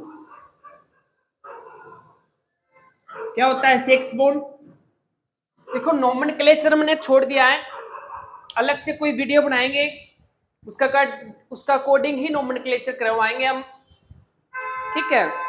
क्योंकि आप +1 में नोमेनक्लेचर कर चुके हो, बार बार नोमेनक्लेचर करना, उसके रूल रेगुलेशन को बताना काफी लंबी वीडियो हो जाती है। तो हम आज इस टॉपिक से स्टार्ट करेंगे, इसको कंप्लीट निपटाएंगे आज। नोमेनक्लेचर किसी अलग वीडियो में ही पूरी डिटेल के साथ एक्सप्लेन करेंगे, उसमें उसके आईपी के नेम रखेंगे और कॉमन नाम रखेंगे, दोनों एक साथ ही रखेंगे हम, ओके। तो देखो यहाँ पर CX बॉन्ड क्या होता है? जो एल्कोकेन्स कंपाउंड होते हैं हमारे, जो एल्कोकेन्स कंपाउंड होते हैं उसमें कार्बन और एलोजन के बीच में बॉन्ड होता है, उसी को बोलते हैं CX बॉन्ड। देखो कार्बन और एलोजन के बीच में क्या होता है? बॉन्ड होता है, और यहाँ पर जुड़ी होती है इसके कुछ हाइड्रोजन या एल्काइल ग्रुप। और हमें पता है कार्बन और एलोजन मोस्ट इलेक्ट्रोनेगेटिव एलिमेंट्स होते हैं, है ना। देन कार्बन से ज्यादा इलेक्ट्रोनेगेटिव एलिमेंट होते हैं एलोजन एटम, इसलिए जो शेयरिंग इलेक्ट्रॉन है, जो यहाँ पर कोवेलेंट बॉन्ड बना हुआ होता है, इस कार्बन के इलेक्ट्रॉन को अपनी तरफ खींच लेता है। हाई इलेक्ट्रोनेगेटिविटी होने की वजह है, जिसकी वजह है एलोजन के ऊपर स्लाइटली नेगेटिव चार्ज आ जाता है और इसके ऊपर क्या हो जाता है? स्लाइटली पॉजिटिव चार्ज हमें देखने को मिलते हैं, और हमारा ये बॉन्ड पोलर नेचर शो करना शुरू कर देता है, पोलैरिटी आ जाती है इसके ऊपर, इसी को बोलते हैं CX बॉन्ड, ठीक है। It is the bond between the carbon and halogens in which halogen contain the slightly negative charge and carbon contain the slightly positive charge, जिसकी वजह से इस बॉन्ड को पोलैरिटी मिल जाती है,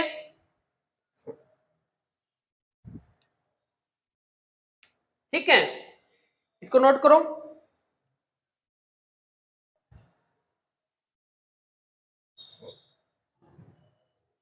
उसके बाद इनकी रिएक्टिविटी बता देता हूं कि जो एल्कोकेन जो एल्काइल हैलाइड में पड़ा उनकी रिएक्टिविटी की क्या खास बात होती है।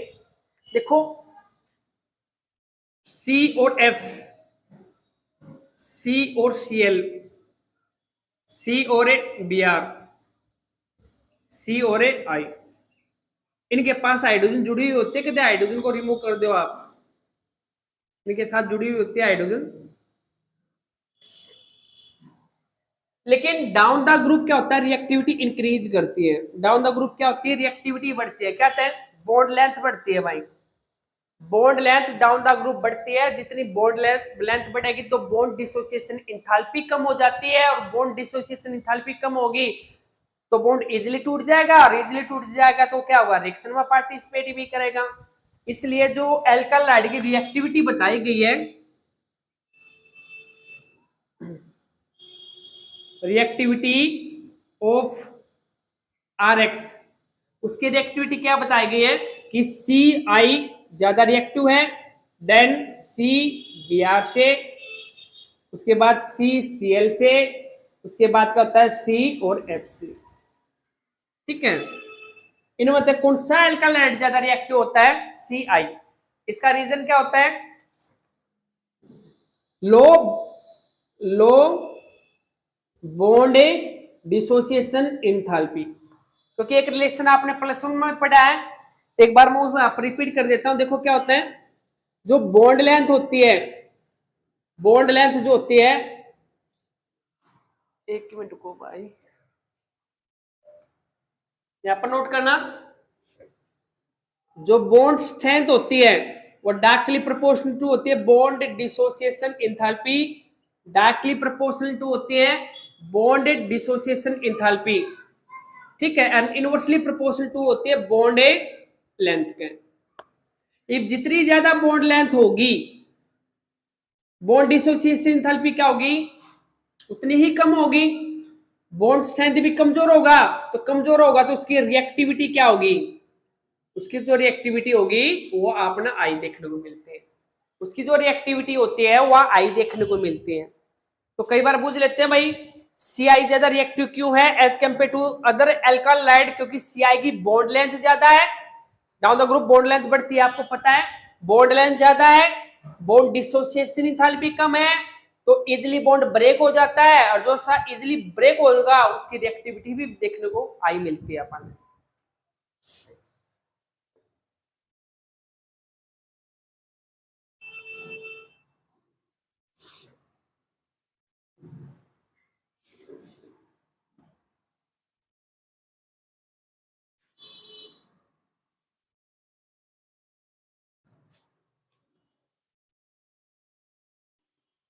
और जब ये हमारा जो बॉन्ड था ये पोलर बनता है, जब पोलर बन जाता है स्लाइटली नेगेटिव और स्लाइटली पॉजिटिव पोलर बन जाता है, तो इनके ऊपर पोलैरिटी को मेजरमेंट करने के लिए हमें डाइपोल मोमेंटम का यूज करते हैं। आपका बोर्ड कितना एक पोलर नेचर शो करना रहा है उसके लिए हम डाइपोल मोमेंटम कैलकुलेट करते हैं। और आपने प्लस में पढ़ा भी होगा कि डाइपोल मोमेंटम कैसे निकाला जाता है, mu is equal to the charge into में डिस्टेंस। ठीक है, चार्ज कितना है और डिस्टेंस कितनी, मेन डोमिनेंट फैक्टर होता है बेटा चार्ज, उसके बाद क्या होता है डिस्टेंस काउंटिंग होती है। लेकिन आपको पता है फ्लोरीन जो होता है वो सबसे ज्यादा इलेक्ट्रोनेगेटिव एलिमेंट है, उसके ऊपर ज्यादा नेगेटिव चार्ज शो होता है ना, हाईली इलेक्ट्रोनेगेटिव एलिमेंट है, तो डाइपोल मोमेंटम उसका ज्यादा होना चाहिए, लेकिन ऐसा नहीं है। यहाँ पर जो डाइपोल मोमेंटम है वो क्लोरीन मतलब कार्बन क्लोरीन का ज्यादा होता है, उसके बाद फ्लोरीन का, उसके बाद डाउन द ग्रुप क्या होता चला जाता है, डिक्रीज होता चला जाता है। मैं ऑर्डर बढ़ा देता हूँ डाइपोल मोमेंटम का कि कार्बन और क्लोरीन का ज्यादा होता है, उसके बाद कार्बन और फ्लोरीन का, उसके बाद कार्बन और ब्रोमीन का, और सबसे कम डाइपोल मोमेंटम किसका शो होता है हमारे पास है कार्बन और आयोडीन का।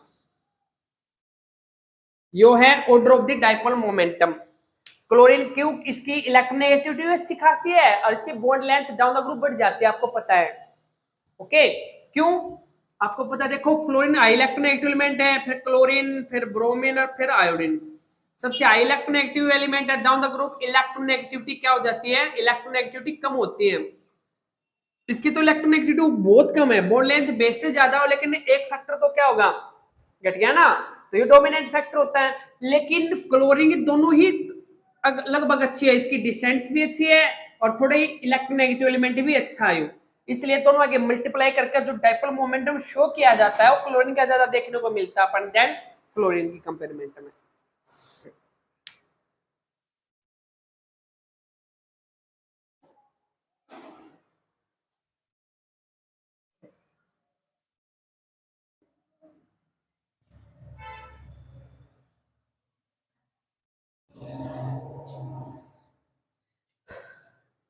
उसके बाद नेक्स्ट टॉपिक हम स्टार्ट कर रहे हैं method of preparation of a एल्कालाइड।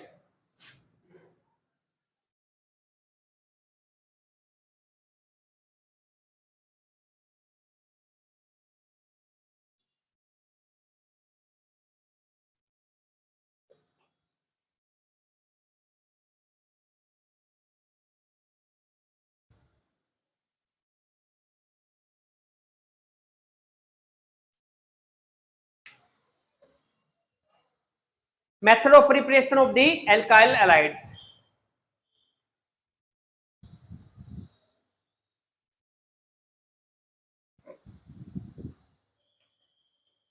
देखो एल्काइल एलाइड जो आरएक्स है उसको बनाना है अपन ने, आरएक्स को बनाना है, और आरएक्स बनाने के लिए कौन कौन से मेथड होते हैं, किस किस चीज से आरएक्स बनाया जाता है उसके बारे में हम पढ़ेंगे। आप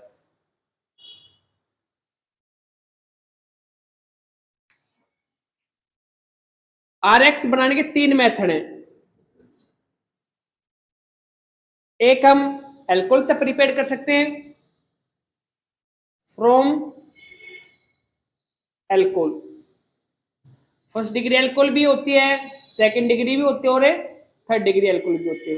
वैसे ही है एल्कोहल की खास बात होती है यहाँ पर O H first degree carbon का लग रहा है तो first degree alcohol O H, second degree carbon का ला रहा तो सेकंड डिग्री अल्कोहल, और थर्ड डिग्री कार्बन का ला दूं मैं तो थर्ड डिग्री अल्कोहल का ला देगी। फिर अल्कोहल से उसके बाद सेकंड है हाइड्रोकार्बन से बनाया जा सकता है। ठीक है, हाइड्रोकार्बन का यूज करके बनाया जा सकता है, और फ्रॉम एलोजन एक्सचेंज किया करके बना सकता है, from exchange of a halogen, from exchange of a halogens. ये तीन मेथड हमारे पास एल्काइल हैलाइड बनाने के एल्कोहल से बनाया जा सकता है, हाइड्रोकार्बन का यूज करके बनाया जा सकता है, और फ्रॉम एक्सचेंज ऑफ एलोजन, मतलब एलोजन का एक्सचेंज मेड करके भी बनाया जा सकता है। इसके तीन कंसेप्ट है, मतलब तीन मेथड है। एक by action of H x, पहला है by action of H x, मतलब इसमें एच एक्स डालकर। एच एक्स क्या होता है बेटा, यहां पर एलोजन ला दो, एलोजन एसिड बोलते हैं इनको, हम क्या बोलते हैं, एलोजन एसिड बोला जाता है। हाइड्रोजन को एसिड बोलते हैं, यहाँ पर एलोजन जुड़ा हुआ होता है। कोई भी एलोजन, देखो एलोजन एसिड कौन कौन से होते हैं यहाँ पर नोट करना भाई, एच एफ हो सकता है, HCl हो सकता है, HBr हो सकता है, और HI, ये एलोजन एसिड होते हैं हमारे। इनका यूज करके अल्कोहल की इनके साथ रिएक्शन करके वो आगे बनाई जा सकती है। दूसरा जो मेथड हमारे पास फास्फोरस एलाइड से बनाया जा सकता है, by reaction with phosphorus allied, किसके द्वारा बनाई जा सकती है, by reaction with A phosphorus allied,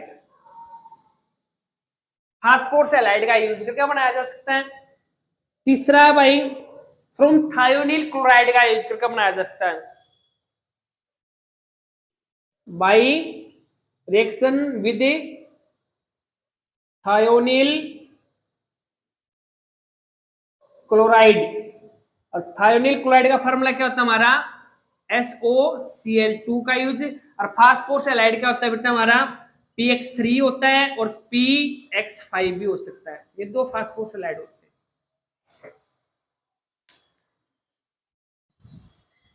ये अल्कोहल के अंदर डालने से, मतलब अल्कोहल के अंदर डालने से तीन मेथड है, निचरा नहीं दिख रहा तो मैं बता देता हूं, by reaction with thionyl chloride जिसका फार्मूला होता है SOCl2। ठीक है, तीन मेथड है, अल्कोहल का अंदर इनको डालने से भी अल्काइल हैलाइड को प्रिपेयर किया जा सकता है। HI की जगह यहाँ पर X लिखो, यहाँ पर X लिख लो यहाँ पर, क्योंकि X बनाना ना अपन, नोट करो इस चीज को। उसके बाद मैं हाइड्रोकार्बन के मेथड बताता हूं कि कौन से हाइड्रोकार्बन से कौन कौन से मेथड से आप अल्काइल हैलाइड बना सकते हो। इसके दो मेथड हैं, हाइड्रोकार्बन से बनाने के दो मेथड हैं, बाय फ्री रेडिकल, एक तो by free radical, by free radical of halogenation, और दूसरा मेथड होता है हमारा फ्रॉम एल्किन, फ्रॉम एल्किन। भाई एल्किन का यूज करके भी बनाया जा सकता है, एल्किन का यूज करके भी बनाया जा सकता है, और फ्री रेडिकल एलोजिनेशन का भी यूज करके बनाया जा सकता है, नोट करो। और जो फ्रॉम एक्सचेंज ऑफ एलोजन, इसके लिए दो रिएक्शन है, एक तो फिंकेल-स्टीनसन रिएक्शन और दूसरी होती है स्वार्ट्ज रिएक्शन। भाई इसके दो मेथड हैं, फिंकेल-स्टीनसन रिएक्शन, फिंकेल-सेट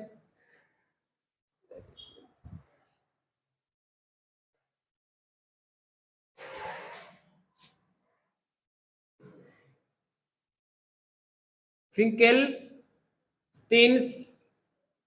रिएक्शन और दूसरी होती है स्वार्ट्ज रिएक्शन।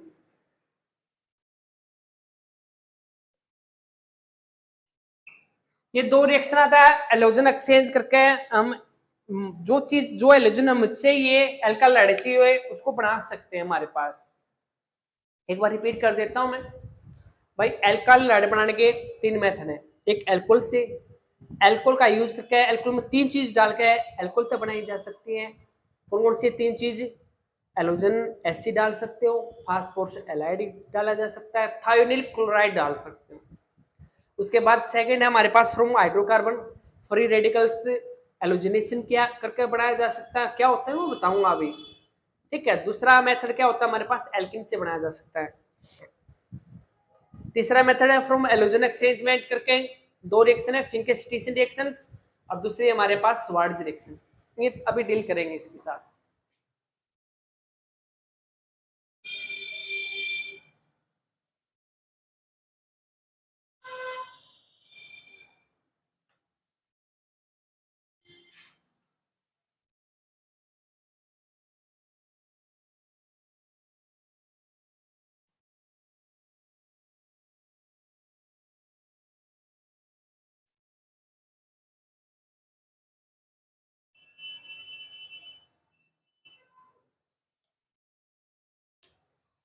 हमारा पहला मेथड है, नोट करो। फर्स्ट मेथड क्या है?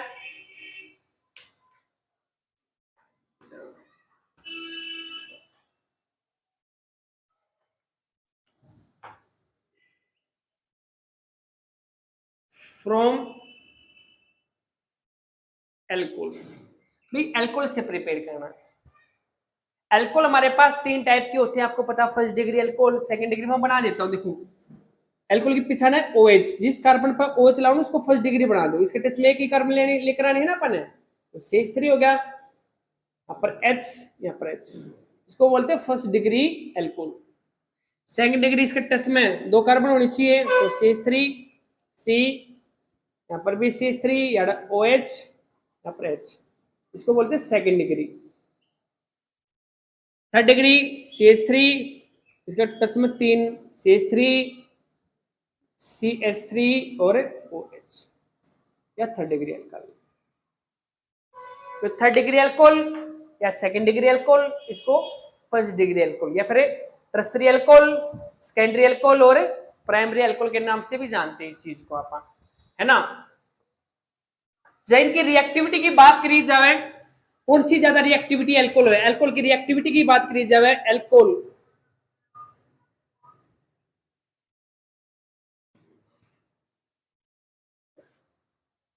अल्कोहल की रिएक्टिविटी की बात करी जाए तो थर्ड डिग्री अल्कोहल ज्यादा रिएक्टिव होती है। थर्ड डिग्री ज्यादा होती है, उसके बाद सेकंड डिग्री और उसके बाद क्या होती है, फर्स्ट डिग्री। क्यों? क्योंकि थर्ड डिग्री पर जब OH ग्रुप यहां से रिमूव होता है ना, तो इसके ऊपर कार्बोकेटायन बनता है। मतलब कार्बन के ऊपर पॉजिटिव चार्ज आ जाता है, और पॉजिटिव चार्ज स्टेबल होता है क्योंकि इसके पास 3-3 इलेक्ट्रॉन डोनेटिंग ग्रुप होते हैं जो इलेक्ट्रॉन की कमी को कम महसूस होने देते हैं, क्योंकि पॉजिटिव चार्ज इलेक्ट्रॉन की कमी को दिखाता है केमिस्ट्री के अंदर। ये कोई भी एटम इलेक्ट्रॉन की कमी तो रखना पसंद नहीं करता है, तो उसके पास क्या होते हैं, डोनेटिंग ग्रुप होते हैं। CH3 को केमिस्ट्री में इलेक्ट्रॉन डोनेटिंग ग्रुप बोलते हैं। अब कि उसके इलेक्ट्रॉन की कमी महसूस नहीं होने देता, इसलिए इस OH को आसानी से जाने देता है। और जितना आसानी से जाने देगा उतना ज्यादा रिएक्ट भी कराएगा। यहां से OH निकलना आसान तो है, लेकिन इसकी कंपेरिजन में आसान नहीं है। यहाँ पर तो OH निकल ही नहीं सकता सिंपल फॉर्म में।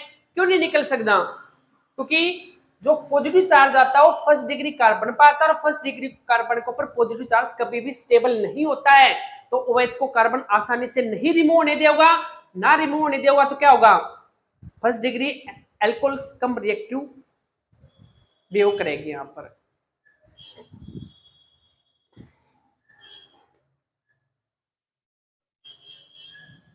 और इन्हीं अल्कोहल का अंदर डालकर हेलोजन एसिड को आपने क्या बनाना है, अल्काइल हैलाइड प्रिपेयर करनी है।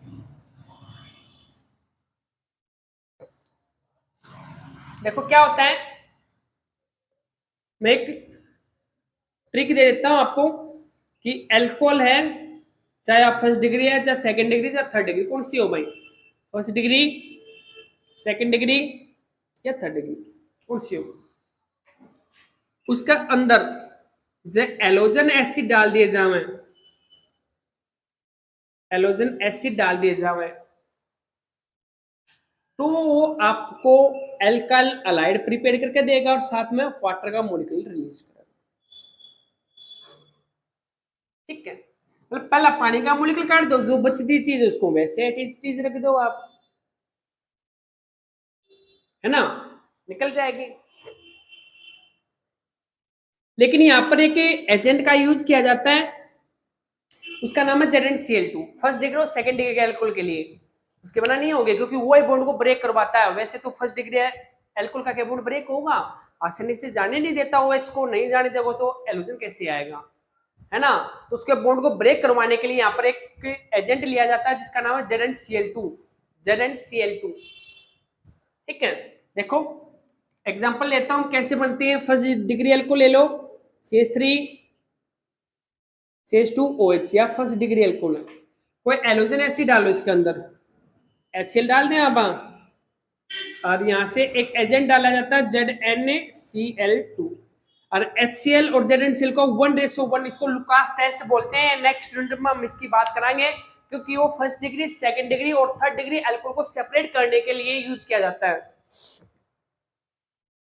तो क्या होता है, यहाँ से पानी का मॉलिक्यूल रिलीज करना है आपने, यहाँ से पानी का मॉलिक्यूल निकाल दो और एलोजन को इसके साथ लेकर आओ, तो CH3 CH2, यहाँ पर Cl होगा, प्लस में क्या मिल जाएगा आपका H2O। समझना बात, यह चीज डालने से लगभग लगभग 30 मिनट के करीब इस रिएक्शन में टर्बिडिटी आ जाती है। तो हमें पता चल जाता है जो ली गई अल्कोहल वो फर्स्ट डिग्री होती है। यो बॉन्ड को ब्रेक करवाता है, इसको OH को तोड़वाता है ZnCl2, क्योंकि कम रिएक्टिव अल्कोहल है ना। तो सेकंड डिग्री लेवाएंगे आप तो CH3 C, यहाँ पर CH3 ले लो आप, यहाँ पर H ले लो, याद है OH, इसके रिएक्शन HCl के साथ करवा दो। अब भी आपने एजेंट की जरूरत पड़ेगी तो ZnCl2 यहाँ पर डाल दो, फिर वो एक काम पानी का निकल जाएगा मॉलिक्यूल, यहाँ से बच के जाएगा CH3 C, यहाँ पर भी CH3, यहाँ पर Cl आ गया, यहाँ पर हाइड्रोजन आ गया, यहाँ से क्या निकल गया H2 का मॉलिक्यूल निकल गया। यहाँ पर टर्बिडिटी दिखाई देगी आपने टेस्ट ट्यूब में, जिसमें भी आप एक्सपेरिमेंट कर रहे हो वहां पर, तो लगभग 5 मिनट के करीब ही आपने रिएक्शन के अंदर टर्बिडिटी आनी शुरू हो जाती है, टर्बिडिटी और धुंधलापन दिखना शुरू कर देता है। लेकिन जब थर्ड डिग्री अल्कोहल ले लिया अपन, यदि थर्ड डिग्री अल्कोहल ले लिया अपन, तो उसमें इंस्टेंटली टर्बिडिटी आ जाती है, वहां पर ZnCl2 डालने की भी जरूरत नहीं है आपने। थर्ड डिग्री में CH3 हो गया, C यहाँ पर भी CH3 हो गया, यहाँ CH3 हो गया, यहाँ है OH, यहाँ पर लिया HCl। नॉर्मल ही वार्म करने की जरूरत है, करो या ना करो ताई मर्जी, शेकिंग कर दो आप, इस तरीके से हिला दो आप, ठीक है। तो आपने इंस्टेंट एल्कालाइड्स देखने को मिलेगा,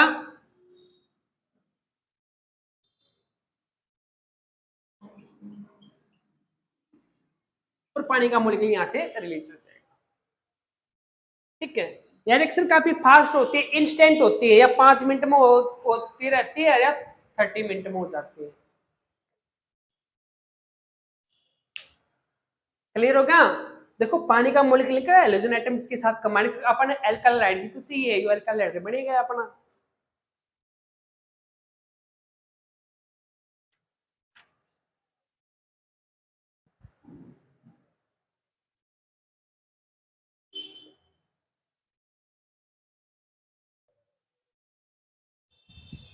मतलब क्या होता है बेटा यहाँ पर, मतलब जो हाइड्रोक्सी ग्रुप होता है ये एलोजन के द्वारा रिप्लेस कर दिया जाता है इस रिएक्शन में, मतलब hydroxy group are replaced by the halogen atom, तभी तो हमें मिल पा रहा हो, है ना, एलोकेन्स।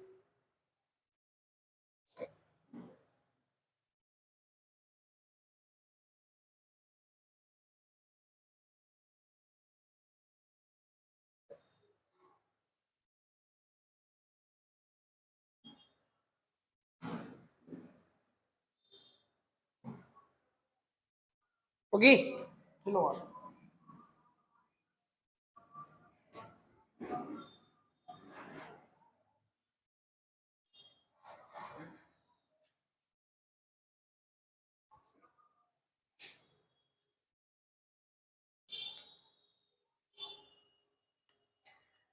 जब आपने आर बी आर बनाना हो तो कैसे बना सकते हो, एक मेथड आपके एनसीईआरटी की बुक में भी दिया गया है। आर ओ एच या एल्कोहल ले ली, इसकी reaction N A B R के साथ करवा दो और इसकी रिएक्शन H2SO4 डाल दो इसके अंदर।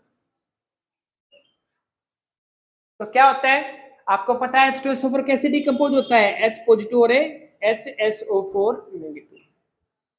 ये कैसे डिकम्पोज होता है, Na पॉजिटिव और Br नेगेटिव, यो R पॉजिटिव और OH नेगेटिव।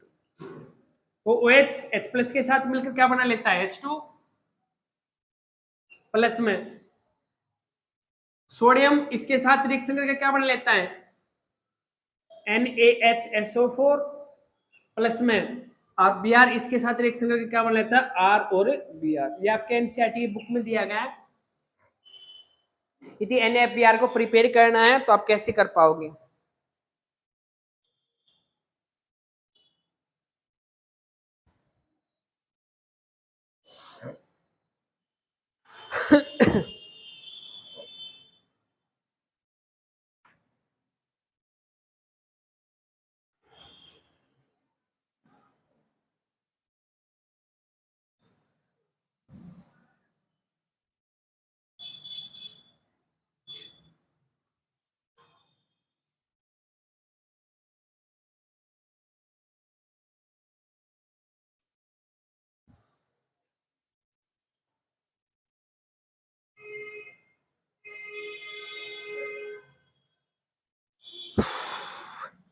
दूसरा मेथड है भाई एल्कोहल के अंदर फास्फोरस एलाइड डालकर। दो टाइप के होते हैं फास्फोरस एलाइड, मैं यहाँ पर लिख देता हूँ। एक होता है PX3 और दूसरा होता है PX5।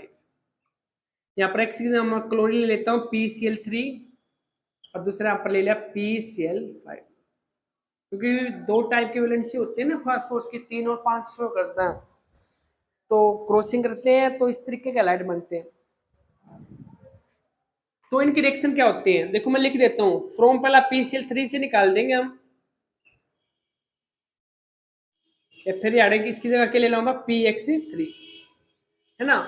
तो अब क्या लोगे, एल्कोहल ले, एल्कोहल लेनी है, उसका अंदर PCl3 आपने डालना, 3 मोल्स डालने डालना एल्कोहल के, 3 मोल्स PCl3 के साथ।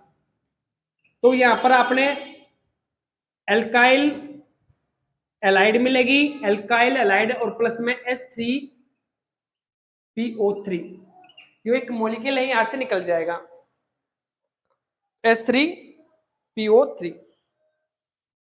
यदि आपने एल्कोहल ली और यार PCl5 डाल दिया तो आपका एल्काइल एलाइड भी बनेगा, एल्काइल एलाइड भी बनेगा, एलोजन एसिड भी बनेगा, साथ में यहाँ पर POCl3 का मॉलिक्यूल भी रिलीज होगा। ये दो मेथड है, चाहे आप डायरेक्ट कर लो इस तरीके से। चलो मैं एक रिएक्शन लिखवा देता हूं यहां पर आपकी।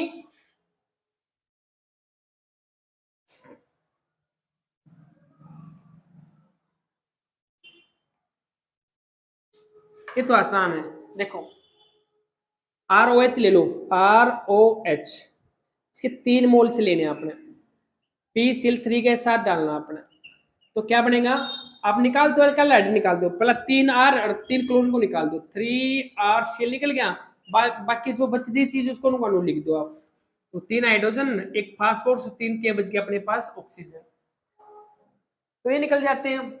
ऐसे PCl5 ले लो, PCl5 ले लिया, यहाँ पर क्या ले लिया हमने, एल्कोहल ROH, चीज इसमें करना है, RCl एल्कालाइड निकालो, एलोजन एसिड निकाल दो और POCl3 बाहर निकल जाएगा। 5 है ना, एक क्लोरीन के साथ आ गई, सॉरी एक क्लोरीन हाइड्रोजन के साथ है, एक अल्काइल ग्रुप के साथ है, 3 उसके पास चली गई। ठीक है, तो यहां पर देखो आपने एल्काइल अलाइड प्रिपेयर होते नजर आएगा इस मेथड के अंदर।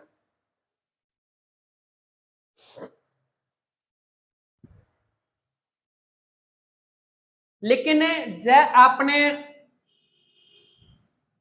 ब्रोमीन का एल्काइल अलाइड चाहिए तो आपने पता है Br3 या फिर आयोडीन का चाहिए अपने Pi3 अपने डालना पड़ेगा। तो क्लोरीन के बनाए हमने फ्लोरीन का एग्जिस्ट नहीं कर पा रहे हैं। यदि आपने ब्रोमीन का चाहिए तो PBr3 के साथ रिएक्शन करवानी पड़ेगी और Pi3 के, लेकिन क्या होता है ये मॉलिक्यूल स्टेबल नहीं होते हैं, ये एग्जिस्ट ही नहीं करते हैं, फिर कैसे बनाएंगे?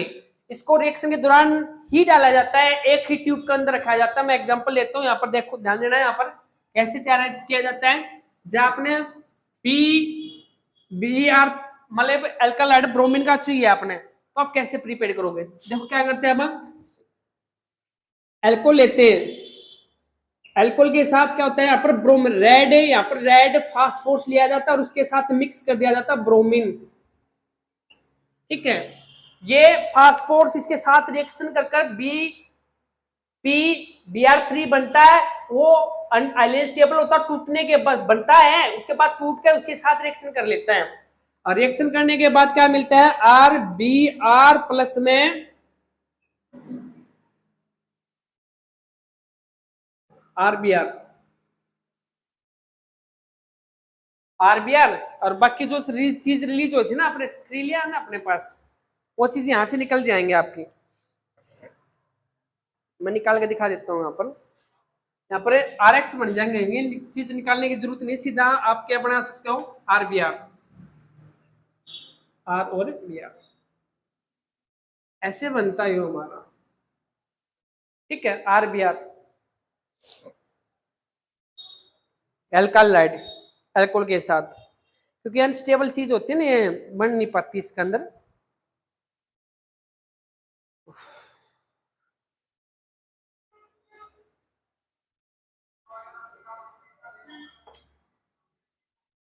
वो निकल जाएगा। एक बार काम करना, जो साइड प्रोडक्ट लिखना चाहो तो आप लिख सकते हो।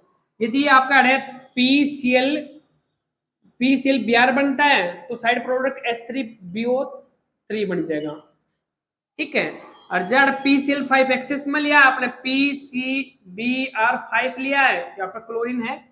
एक मिनट जो मैं यहाँ पर बता देता हूँ, कंप्लीट एक रिएक्शन लिख देता हूँ, देखो यहाँ पर ध्यान देना आप। CH3 एल्कोहल OH, इसकी रिएक्शन किसके साथ करवा दी मैंने, रेड फास्फोरस प्लस में Br2 के साथ करवा दी। तो क्या होता है, इसके 3 मोलिक्यूल लेकर चलते हैं आप, तो 3 मोलिक्यूल लेकर चलेंगे तो CH3 Br 3 मोल मिल गए, और जो बची चीज है क्या निकलेगी, H3PO3 क्या रिलीज हो जाएगी। इस तरीके से बनता है ऐसे ही।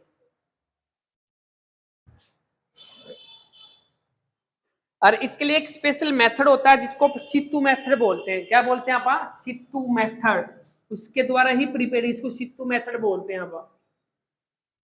इस प्रोसेस को क्या बोला जाता है, सितु मेथड बोला जाता है। ओके, और सिंपल अल्कोहल और एलोजन एसिड डालकर जब वो चीज प्रिपेयर होती है उसको ग्रूज प्रोसेस बोलते हैं। आप ग्रूज प्रोसेस लिख लेना इस बात को।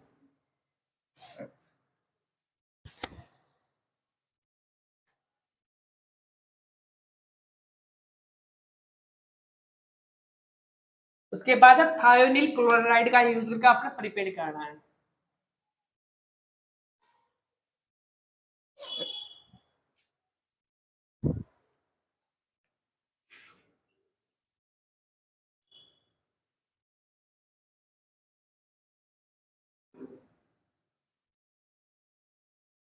फ्रॉम थायोनिल क्लोराइड, उसका फॉर्मूला आता है SOCl2। तो सिंपल है, एल्कोहल लेनी है आपने, उसके अंदर SOCl2 डालना है, एल्कोहल प्लस थायोनिल क्लोराइड, और आपका क्या बनेगा, RX एल्कालाइड बनेगा, SO2 गैस रिलीज होती है और HCl गैस यहाँ से क्या होगी, रिलीज होगी। ये सबसे बेस्ट मेथड माना जाता है एल्कालाइड को प्रिपेयर करने का, क्योंकि यहाँ पर दोनों गैस होते हैं और रिलीज हो जाते हैं। लेफ्ट पे एंड हमारा एल्कालाइड देखने को मिलता है अपन। कोई भी एल्कोहल ले लो आप, RX ले लेते हैं, सॉरी ROH ले ला, एल्कोहल तो ROH होती है। इसकी रिएक्शन किसके साथ करवाई, RCOCl2 के साथ करवाओ, तो क्या होगा, आप निकालो, RCl निकलेगा यहाँ से, RCl प्लस में SO2 गैस निकाल दो, प्लस में क्या होगा यहाँ पर, HCl गैस यहाँ से रिलीज होती नजर आएगी आपको।